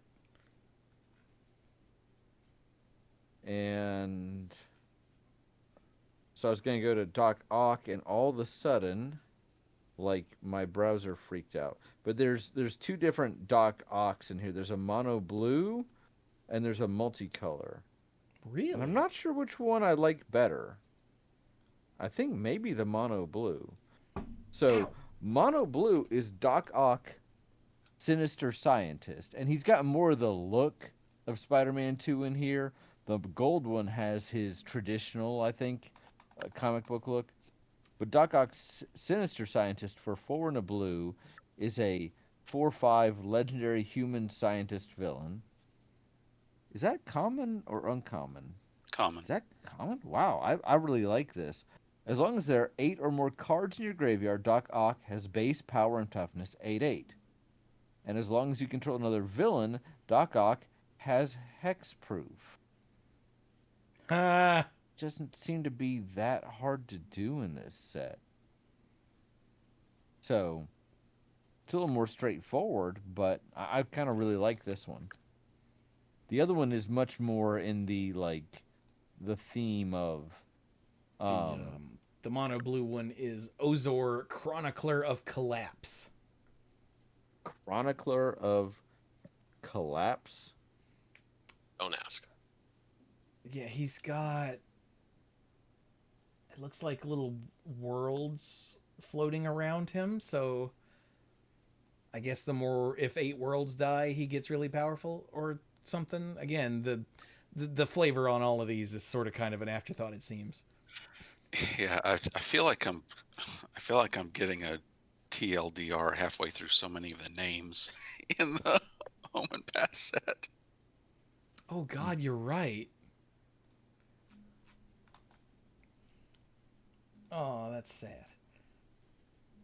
All right. Yeah, it's like I'm glad that happened, or like I'm sorry that happened, or glad that happened. Whatever. I ain't reading all that. Yeah. So, Nietzsche. Nietzsche? Really? Nietzsche? Oh, God. What's the other one do, Brian? Because the other one is Nietzsche, Pinnacle Pariah. The other Nietzsche. Doc Ock is Dr. Octopus Master Planner for 5 and a blue and a black. This is a 4/8 legendary human scientist villain. Other villains you control get +2/+2. Your maximum hand size is 8, because of course it is. Naturally. Because he has 8 limbs. And at the beginning of your end step, doesn't he? Yeah. Oh, okay. You sounded too earnest there. Sorry. At the beginning of your end step, if you have fewer than 8 cards in hand, draw cards equal to the difference. Jesus. I mean, it's really good, don't get me wrong. It just... How do you make a card better? Just draw more cards. I thought the other one was a little more interesting, but this is a good card, don't get me wrong. This one's mythic versus common. The mono blue one has the flavor of like early Ock, where he's, if there's 8 cards in the graveyard, then he's more powerful, which that doesn't really flavorfully do much. But I do like that if you have another villain, he has hexproof, because he's always gonna like put the other villain between him and Spider-Man. It's like use you as a pawn so I can get away. Like he's good at like betraying the other members of the Sinister Six, that sort of thing. Mm-hmm. Yeah. So that's pretty cool. But Master Planner is more like later stage Octopus, where like right before he became the superior Spider-Man. He set up this master plan and did his thing. Oh my god, he's like Kefka. He actually won. He killed Spider-Man. Wow. Whoa. Everyone's like, oh, Green Goblin's the best now. Is he, though? Green Goblin never killed Spider-Man. I'm just saying. Just because it didn't stick doesn't matter.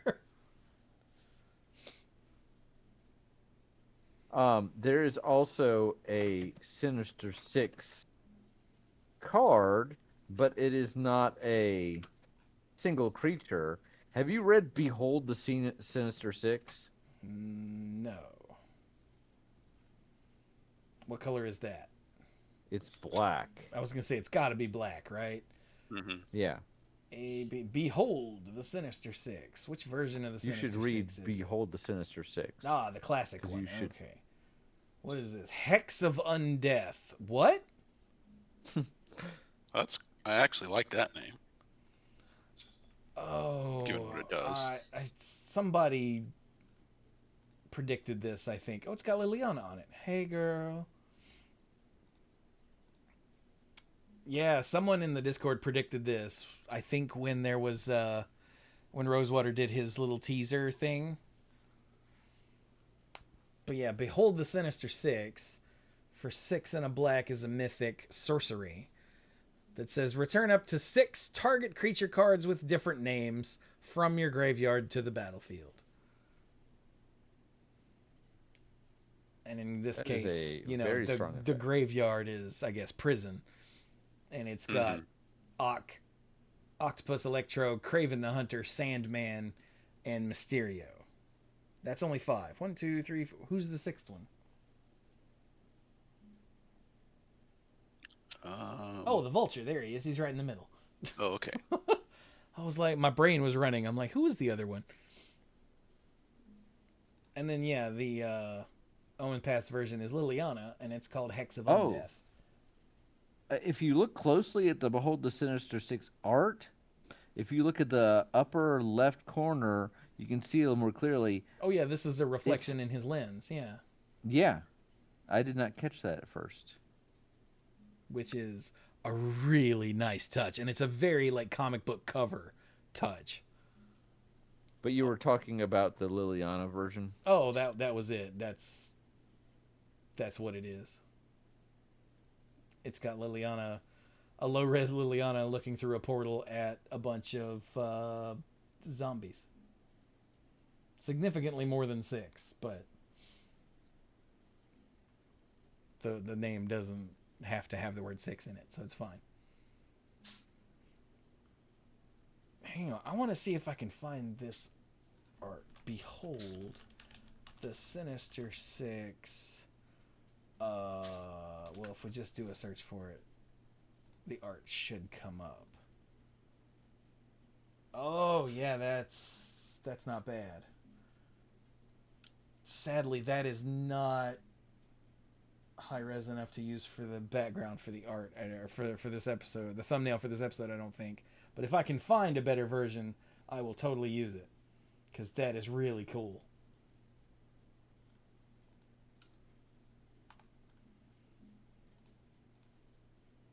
Oh yeah, that looks like crap when I actually click on it and it blows up to full size. Someone's cut it out of a card preview and then just scaled it up, so everybody's all blurry and terrible. Oh, that's too bad, because I would love to use that for the background. Or for the thumbnail. Oh well.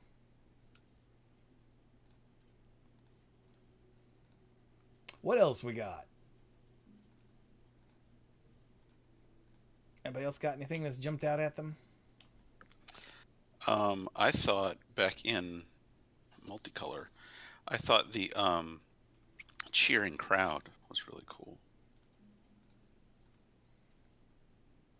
Was that? It is the same in the other set. All right, what is that? Yep, it uses the same name. So, cheering crowd. It costs 2, 1, and then a red-green hybrid for a 2/2 rare human citizen. at the beginning of each player's first main phase, that player may put a +1/+1 counter on this creature. If they do, they add a colorless for each counter on it. Oh, so only you get the growing creature, but everybody can get mana from it. Mm-hmm. But then, if they get mana from it, they give you a Then bigger you're gonna- creature. Yeah, and you're going to get it's- more mana than they did when it comes around to your turn. Because it's a cheering crowd. Oh, that's true. And Yeah. they're- Yeah. We Ooh, the love you, tension on that Spider-Man. is cool. Mm-hmm. Yeah.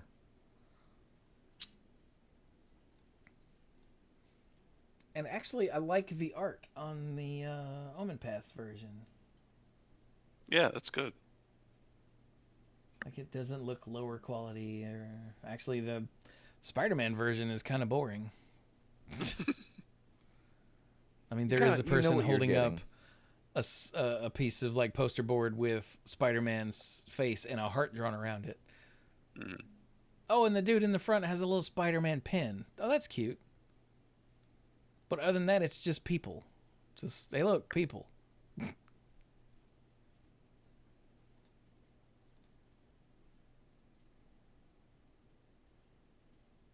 Is that Albert Wesker? Wait, no, sorry, wrong. Sorry, the Resident Evil Universes Beyond set will come out in 2028. I was about to say, is that, There you are we calling the next big announcement? No, oh god. Speaking of next big announcements, they've been teasing that there's going to be some sort of big announcement at whatever the next big thing. What is it? Hang on. Atlanta. So I guess it's another. Oh god, what is it? A Magic Fest? What are they called now? I don't know. Let's say Magic Fest. Or Magicon? No, Magic Con is a separate thing. Oh. I think. I don't know. They're not Grand Prix and they're not Pro Tours. I don't know, but whatever it is, it's in Atlanta, and they've been teasing things in the Discord. Someone dropped a screenshot from an MTG Facebook thing. Said stores were sent a promotional kit and we're told it's related to an upcoming announcement at, oh, it is MagicCon Atlanta. Good job, Dirk. I could have sworn those were separate, but apparently not. And it said the kit included this poster, and it's a Magic Final Fantasy poster with a chocobo on it, Okay. with several chocobos on it. And we're like, oh, it made all the money, so they're going to make another one maybe? Or it could be that it's not related, and they were just like, hey, here's some Final Fantasy promotional stuff that we didn't send you before. And then today, I think, on Instagram, Wizards Magic posted, happy birthday, Mr. Baggins. And it's like very clearly card art that's been animated, just zooming in on Bilbo's door, and it's got the mark that Gandalf left on it. So we're like, okay, so they're going to do another Tolkien set that's The Hobbit, and they're going to do another Final Fantasy thing because both of those made all the money. Great. Awesome. Thanks. That's, yeah. In the realm of safe bets, that is the safest of all bets. Yeah, but you got to squeeze all the money you can from, because both of those sets, I think, like made literally all the money. Yes, Yeah. they did. Which is all that, you know, Hasbro wants, is all the money. They don't There want might be a lots little of money money left over right over there. There's a chance we might find $5, but I doubt it. I'd severely doubt it. So yeah, be prepared for not only Universes Beyond are going to be, you know, a constant thing that are standard legal, but they're going to keep going back until the well runs dry.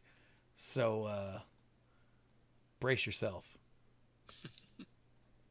I still said a long time ago when Universes Beyond becoming standard legal is going to be the first step in the Magic IP getting just erased, and it's just going to be whatever IP they can find to make sets. Uh-huh. I'm still saying the UB sets keep making money. Eventually, they're going to be like, why are we doing these sets that don't make as much money? Because it's Hasbro, not the designers, who make the decisions like that. Correct. I'm just saying. When it turns out that I'm right, I will be, 1, very sad, and 2, very, very smug. You can do both. Oh yeah, I will absolutely be both. Because I don't want the Magic IP to die, even though I don't play Magic anymore. But, money. Now I've made myself sad. So before we get too far from the Sinister Six, there's a card that made me laugh a little. Superior Foes of Spider-Man. What color is that? And Red. it's in red. Oh, okay. I'm not sure what the equivalent is, but well, I can look that the part up. Here it is. Who are these people? that's a good question. Okay, hang on. Let me go get the Restless Razorkin. Oh my god, that's adorable. Restless, right there it is. Look at these goobers. Wow. Okay. All right, so that's the Shocker on the left. That one's Yeah, I clear. recognize the Shocker. The guy falling down is... Wait, no, the colors are all wrong. I thought that was a speedster guy, but I can't even remember his name. But that's not his colors. I don't recognize any of these people other than Shocker. Yeah, Boomerang. Shocker stands out, and one of these guys is Boomerang because, well, we'll get to it. So, Superior Foes of Spider-Man seems to be very tongue-in-cheek. For 2 and a red, it's a uncommon human rogue villain. It's a 3/3 with trample. So that's not a bad stat line. Oh my Whenever god. Whenever you cast a spell with mana value 4 or greater, you may exile the top card of your library. If you do, you may play that card until you exile another card with this creature. So it steals one thing at a time. But the flavor text is what's great. Boomerang managed to assemble a squad that wasn't really all that sinister and certainly wasn't all that 6. That's pretty funny. So I did a search for Superior Foes of Spider-Man to try to find a blown up version of the art. This was a comic series from 2013 that ran for 17 issues. Is that a long time or not a long time? I mean, for something called the Relatively Superior short. Foes of Spider-Man, that's about 5 losers. Seems like pretty long time because 17 issues is almost a year and a half. Oh, wow. But it's I guess- Boomerang, Shocker, that is the speedster I was thinking of, Speed Demon, Overdrive, and the new version of Beetle. But apparently Octavius beat them in Superior Spider-Man #1. And then at some point they got their own comic. So they were there basically to set up, that, hey, we're getting our butts kicked sort of thing. Yeah, so left to right, it's Shocker. And then who is that one?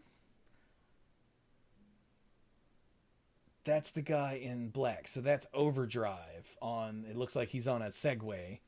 And then Beetle, and then Boomerang, and then the guy falling down is in fact the speedster I was thinking of, Speed Demon. That is hilarious. I had no idea this was a comic series. I really thought it was just a joke. I mean, again, the it card was. itself is fine. The card itself is actually great. It's a 3/3 yeah. with trample for 3. And it's not legendary. But also, they're not legendary. So it works. I see what you did there. It works. It works both ways. And yeah, the Omenpaths version is the Restless Razorkin, and they're just three derpy looking creatures. They do look derpy. Herp a derp. Do you think they're? I think they're from. I think they're from Duskmourn. Maybe They might be. Could be. They have the look of some of the. Yeah. I can't tell specifics just from this, but For a second, I thought that might be Rectos cultists, but there's just something about them that looks off. They don't look fun enough. Yeah. They don't look fun enough. You're right. Oh, and No. now I see they're holding some electromagical devices. So yeah, Duskmourn. Yeah, I think you're right. That is trippy.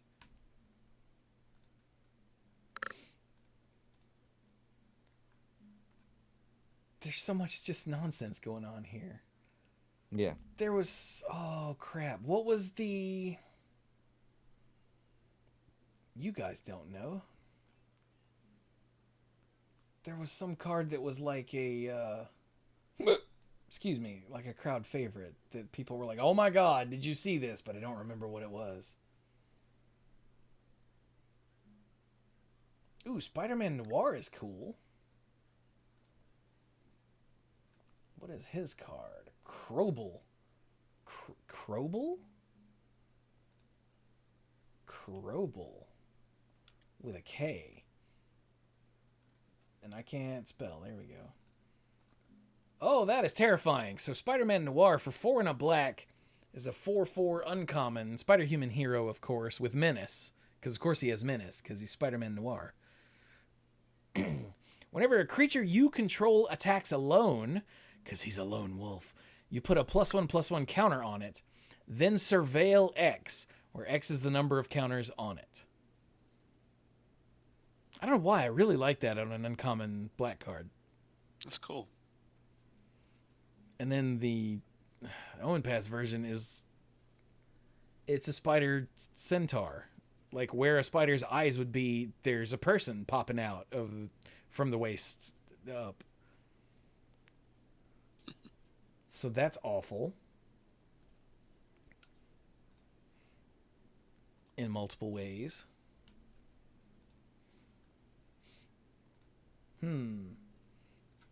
Well, Dirk, you need to be going soon. Is there anything else you wanted to throw out? No. There's all the stuff that I had interested in. We've essentially covered. So That's fair. I wish I could I think remember. I'm good as well. There was something that people were like, "Oh, it's so cool," but now I can't remember what it was. Extra arms. We already covered that. Wait, did they reprint extra arms? No, Oh, but there's a green pump spell that is extra arms. Yeah, we covered it last time. oh, okay. But it's not a reprint of the Magic card Extra Arms, Correct. No. which is too bad because that card is cool. It's called Grow Extra Arms in Oh, both yeah. sets. Did we talk about that last time? Yeah, it was like the last thing we did on the way Oh out. yeah, that the last minute quick little thing. Mhm. And we talked about all the transform cards, and all the Yes. sagas. I mean, unless we go over every Spider Ham. card, there will always be something that we don't do. But Well, yeah. Okay, then let's end up with Strength of Will, just because it is that iconic scene of Spider-Man lifting something that should be too heavy for him. for 1 and a green, it's a rare instant that says until end of turn, target creature you control gains indestructible, and whenever this creature is dealt damage, put that many +1/+1 counters on it. Which is really just gross if you think about it. Yeah. I didn't just punch my desk and hurt myself. And the flavor text on, or the flavor text, the name of the other one is also Strength of Will, and it's adorable bunny people.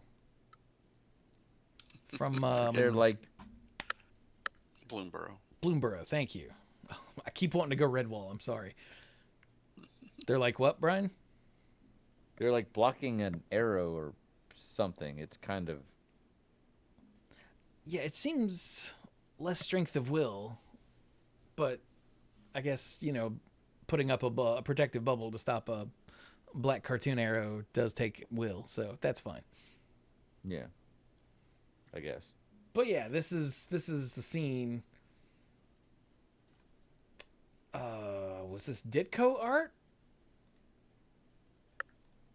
I want to say. Oh my god. Iconic scene, Spider-Man lifting in water. Flavor text has the feel of the classic Spider-Man writing. I think that's lifted straight from the comics. It sounds like it.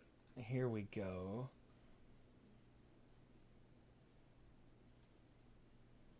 Oh, this is not. No, it's the next. It's the next panel after, or the next page after this. Damn it. Here it is. No, it's the. Oh, okay. It's the next panel after that. Son of a. Here we go. Okay, I'm gonna read it from the panel. Let me know if this is right.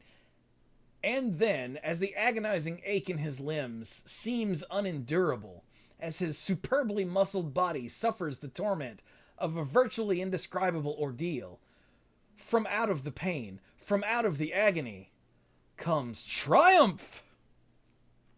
Okay. They Slightly cut out. edited. Yeah, they cut out a little bit of it, but otherwise it's word for word. They did not put in the part about his sculpted body. So It is superbly muscled. superbly, sorry. But yeah, what is... Yeah, this is from a 1966 comic, Amazing Spider-Man number 33. I can't remember. Is this Ditko art or is this Romita art? Because I didn't grow up with it, I can't tell them apart just by looking. Hey, look, Dirk resubbed. Thanks, buddy. No problem. But yeah, it says, to save his ailing Aunt May, Spider-Man journeys to the Master Planner's underwater laboratory to retrieve a rare serum. And then Doc Ock shows up and the lab collapses on top of him and he's trapped under tons and tons of this heavy machinery as the place slowly floods and he's freaking out. And like, for a comic from the 60s, it's amazingly like slow paced. Like, you sit there with Spider-Man as he freaks out for I think like 2 full pages. And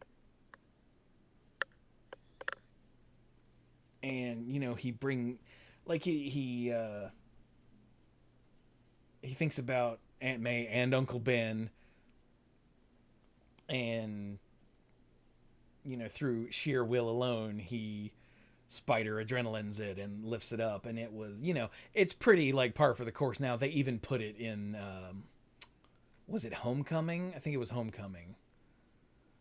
There's the scene, yeah, after he goes to the Vulture's home, the Vulture traps him and and it's been done in a couple of the cartoons as well. Like, it's just one of those like iconic Spider-Man scenes that it's really nice to see represented here, in this thing that is a celebration of all things Spider-Man, So I wanted to end on that because it's one of those things that like I've read this sequence directly from the comic, and it really, again, even with the 60s writing style, you know, a superbly muscled body, it still hits you when you read the whole thing rather than, you know, just the final just the final Yeah. panel. So yeah. But I guess with that, we'll stop. There's still a gazillion cards to look at, as there always are when we do previews, but let's not do a third one. I think I'm good with what Yeah. we've done. Yes. All right then. Well then, Dirk, since you got to go first, what you got for the thoughts at the end? What is that called? Final thoughts. Final thoughts. There was a random card that is not an actual card, but I thought it was really funny. If there was ever going to be a Spaceballs spinoff, the card is how many a-holes we got on this ship. It cost X and 2 black. It's a sorcery. And it says create X a-hole tokens that are each a 1/1 black creature, then double the number of a-hole tokens in play. And the flavor text says, I knew it. I'm surrounded by a-holes. I understood that reference. I have seen it. Somebody must have made a Spaceballs like bunch of cards, because I've seen a bunch of these floating around lately. Like, That's awesome. like mostly on. Did you see this on Facebook, Dirk? Yes. Yeah, because it's the one that is always at the front is like beach combing or combing the beach or something like that. Yes. Comb the desert. And then combing the desert. Thank you. And then there's a bunch after that, and I'm like, huh. But that is quality. I like that. So with that, I have got to head to bed, guys. So I will Good night. talk to you guys later. All right, night, Zerk. How about you, Brian? So I'm actually doing okay, but I am running on a little bit of sleep. So Sam has had a big project that she's had to work on, and she ended up being up last night until last night was no longer last night. It was this morning, and I was up with her. I'm hoping that she'll get it done. I need to check in with Carrie and see where she's at with it. But I promised these guys a somewhat entertaining story. So this is a story from work, and as you know, I don't really talk about clients a whole lot. There are many reasons for that. Some are personal, and some are very professional reasons that I can't. But let's just say I was appointed to represent a client, and she was charged with what's called habitual larceny. Larceny is the stealing, taking, or carrying away the property of someone else. It's stealing something. Shoplifting is a lesser form of that. And habitual larceny is when you have at least 4 prior convictions, not charges, but convictions of larceny in the past. So they're like, all right, you have a problem. Every time you do this now, it's going to be a felony. And so she was charged with this some time ago, like a couple of years ago. And then I got into the case 2 years ago after another attorney had gotten out of it. And we're trying to work it out, and the DA was willing to reduce it to a misdemeanor, and this would be part of the public record, so I'm not going into any confidential conversations. But she would have to have done active time, and there were personal reasons, including someone that was dependent on her for transportation, that she couldn't do that. And we pointed out the fact that, you know, she hadn't had conviction in a long time. She's not young anymore, and her past has kind of followed her. So we said we couldn't do that. So the case was indicted to Superior Court. The next offer we got was much more difficult to swallow because it would have resulted in her getting at least 25 months of active time. And we're like, if we couldn't do the one, we can't do the other. There were issues with what can they prove, what can they not prove. I think in a lot of these cases, both sides feel like it's fairly straightforward. Not going to go into the strengths of it yet, but it was going to be, I will say it was going to be a tough case. But we set the case for trial for this week, and I talked to my client, and we were prepared to go. And I went in this morning, and docket call was going to be at 10 o'clock, and with a couple minutes to go, and that they have many, many other cases on the docket. I said, by the way, I had 11 cases on the docket today. This was just one of them. This Oh was the only God. one actually set. This was the only one set for jury trial. But yeah, I said, hey, we were T3. I heard T1 was being dismissed. T2, they were making a motion to continue. I'm ready to go. I understand we're going to pick a jury tomorrow morning. By the way, when's the last time you spoke to the owner of this property that was allegedly stolen? It was a private individual, not a store or anything like that. Hmm. And the DA laughed and said, "Yeah, they were having an issue with that. So when my client appeared this morning, they were going to probably go ahead and take an open court dismissal unless they heard from the state's witness, the alleged victim, that this morning, which they did not anticipate doing. Reading between the lines, it sounds like, although I cannot say this, that they have lost contact. But again, this happened years ago. I'm like, that's great. And I thought I saw my client toward the back of the room, but it was very busy. So I said, and we were about to start the calendar call. We get through the calendar call. We do the trial calendar last. So we go through hundreds of other cases. They call her name, and she does not answer. And I'm like, uh-oh. When you're on the regular docket and you're not there, depending on who the judge is, you're probably not going to go ahead and get called out in order for your arrest issued immediately. Because the court session lasts all week. Yes, they want you to be there, and if they told you to be there, you may be called out at calendar call. The DAs are generally understanding, and they may not call you out right away. If you're on the trial list, you're probably going to get called out. Given the circumstances of what we expected to happen with the case, the DA was okay to have her marked absent. And I'm like, this is not good. I talked to a few other clients as quickly as I could, and then I stepped out into the hallway. I made a call. Can't go into any conversation I had, but I will say that I was not able to reach her. And I was trying a couple people. I could not reach her. Go back into the courtroom, handle a couple other things, and then when we're on a 15-minute break, a bailiff approaches me and says, "Hey," and all the bailiffs have like the things in their ears that you see with the Secret Service, the radios. They're like, "Yeah, we may have found your client," and I'm thinking this is not good. She's not a young lady. Um, there are two options here. Both are bad, and the worst one is, oh, she was in a car accident, and she's horribly hurt. The other option is what it turned out to be. She was picked up this morning for a new charge. But So the Oh, DA larceny. agreed to hold the case open, and I was done with my cases for the weekend, and I was very tired because I'd been up till past 2 this morning. So on my way out the building, I went by the magistrate's office, which is where they're going to book you in, and I waited for the magistrate.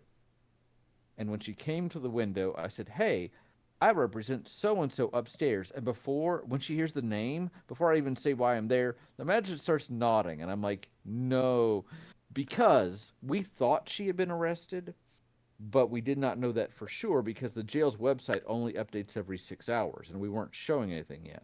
Again, everything I'm saying is out there for public dissemination. But I say, "Has she been through here?" And they're like, "Yes." So I look it up. She was charged with the charge I had her for today, that I was prepared to be in jury trial for all week if necessary, although it'd probably be like a day and a half day trial. Um, that charge came about in 2019, and she had no charges since then. She was doing really well. And then this morning, she gets a charge of habitual larceny. And the DA is speaking to me, and we've texted back and forth, and he thinks he's still gonna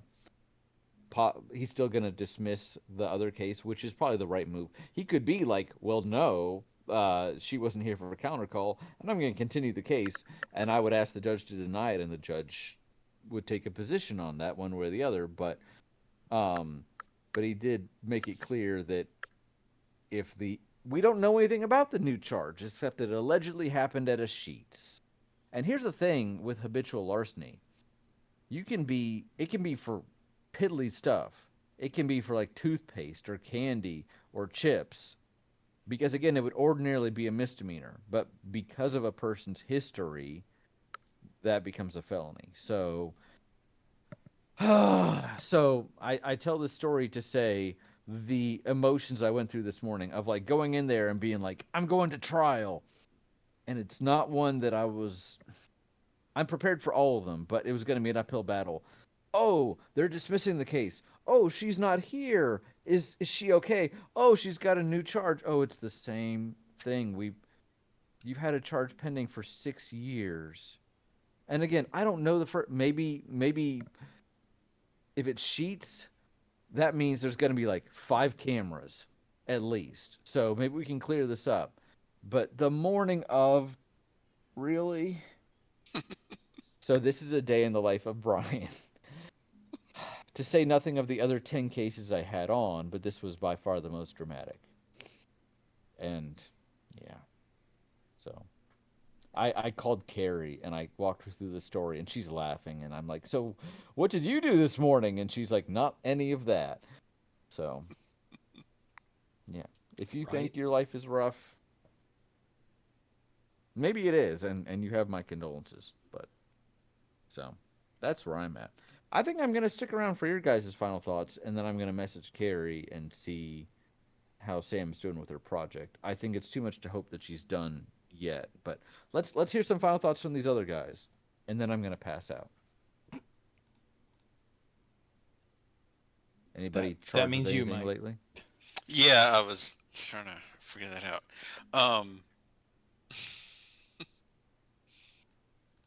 Let's see. No, I don't think I was wanting to go see a movie this weekend in between us doing other errands, but it didn't turn out. So we're going to try to go tomorrow. We're going to try to go see the new Spinal Tap movie. Nice. I'm really looking forward to it. What is the actual name of that? Spinal Tap 2: The End Continues. I think that's what it's called. Nice. Yeah. I didn't know if they would do something like This Is Still Spinal Tap or anything like that. They better have a cameo with Billy Crystal again. I've heard there are a number of pretty good cameos in it, so I'm looking forward to seeing more of them for myself.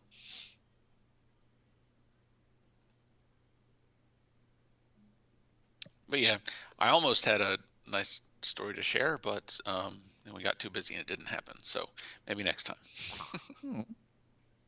Terrible. All right then. I love a good Mike story. I've just still been streaming Baldur's Gate 3. Mm-hmm. I shared with the dorks in the pre-show odds and ends about how I lost roughly 3 hours of my life that didn't matter by by having things crash and having the story take a turn that came out of nowhere and I hadn't saved since I started the stream. So that was fun. But for the specifics, you'll have to listen to the odds and ends. Or go to the Discord where I complained about it there when it happened.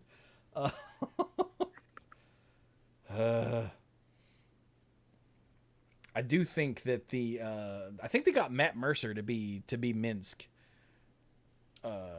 in his current incarnation, and he is really good.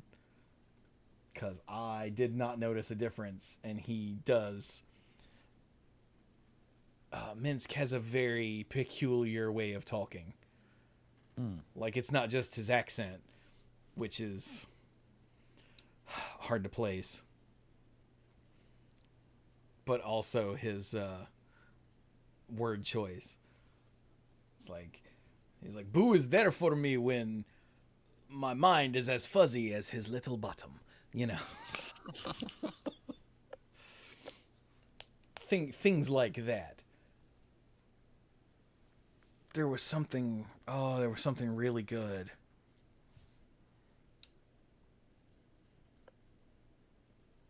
In that conversation tree that I told you guys about, where that, ended up forcing me to restart. Mhm. Somebody said something, and then Minsk said the something ing, like he used that noun and then put ing at the end to turn it into a thing. But I can't remember what the noun was. But when he said it, I started giggling because he does that sort of thing all the time. Mm-hmm. But isn't it Matt Mercer, voice of Minsk? It is Matt Mercer, yeah. He has done a lot of stuff. Oh my god, apparently Jim Cummings was originally Minsk. No way! Really? Where do I know that name from? Winnie the Pooh? Okay. Right, that was Jim Cummings? I think. Hang on, I've got the Wikipedia right here. Let's see. Yeah, he was the voice of Winnie the Pooh and Tigger. Darkwing Duck. Did not Okay. realize that. That's probably where I remember it from. He was Ray in Princess and the Frog. But like he's got a list of voice like his filmography is in a separate Wikipedia article because it's too big to just have here. But he's been voice acting since '88. Okay. So I knew it sounded familiar, so. yeah, it's he's one of those that's just everywhere. But Winnie the Pooh and Darkwing Duck are like the two big ones. Everyone goes, "Oh yeah," and then there's a pause, and they go, "That was the same guy." Yes, it was. But anyway, yeah. So that's what I've been doing. I'm enjoying having Minsk on the team. It's a shame. I need in my next playthrough. I need to get him as soon as possible when I get to Act 3 because he is so much fun to just talk to. And the incidental dialogue as characters walk around, I've only heard like 2 that involve Minsk, and both of them had me stop and stare at the screen and snicker, and in one case almost fall out of the chair laughing. Because he's just dumb enough to be brilliant. Yeah. But yeah, like I said, to hear the specifics of all of that, you'll have to go to the Patreon. So hey, don't forget, you can go to patreon.com/themanapool to become a lifeguard. Get the mythic lifeguard shout out, or just get the odds and ends, or whatever. You get the show as early as I can get it to you, which sometimes is only a day, sometimes it's like 3 days. Like the last episode went public yesterday because I posted it to Patreon the day before. I was like, oh, it's got to go out now because we're doing the show on Mondays now. Son of a... Gotta get used to that if we end up sticking with Mondays for a bit. But hey, let me thank our mythic lifeguards in, I don't know, this order. Al, ALK Alters, Andrew Odie, Jake Jansons, Jason Doan, Jason Kaus. I don't trust either of those guys. Casey, Kim Ho, Michael. I don't trust that guy, but for an entirely different reason. Scuzzo. You should never trust him for a third entirely different reason. Timu Elisaru and Violet Moon. Yay. So thank you to everybody at all the tiers and all of you lifeguards and everyone who just listens and hangs out. We appreciate it all the same. Very much. But with that, we should be done. Hades 2 drops. Well, I say drops, it's out. But it goes officially out of early access later this month. So as soon as I'm done with Baldur's Gate 3, we're diving into Hades 2, because the first one consumed my life because it was amazing, and apparently 2 is just better. So I don't understand how that's even possible, so we'll have to find out together. I say find out together. A bunch of people have been playing it for like a year or more now, but I refuse to play games in early access if I can help it. So, yay! Also, I promise I will go back to Final Fantasy VI and Ori and the Blind Forest, but I gotta get through Baldur's Gate 3 first. I'm so close to the end. I can smell the end. Mm-hmm. But I say so close in that I know most of the things I have left that I need to do. The problem is each of those is like a full stream or more. So, because they're the big, wrapping up pieces of individual character storylines or the full story in a whole. So, it's still going to take me a little while. But all right then. With that, we will wrap up episode 734. Yeah. Thank you all so very much for joining us. And, I got nothing. Don't get, I had something like a couple days after we finished the last episode. I was like, that's going to be how I end the next episode. And now I have no idea what it was. Quick, give me something Spider-Man-y. With great power or something. Yeah, no, we did that on the sign off on the last one. Oh, no, Uncle Ben. Oh yeah, when the dude go runs get him, past Tiger. you when you're in your wrestling outfit, even though the cops are chasing him and ACAB, you still trip the guy so he doesn't kill your uncle. There you go. There we go.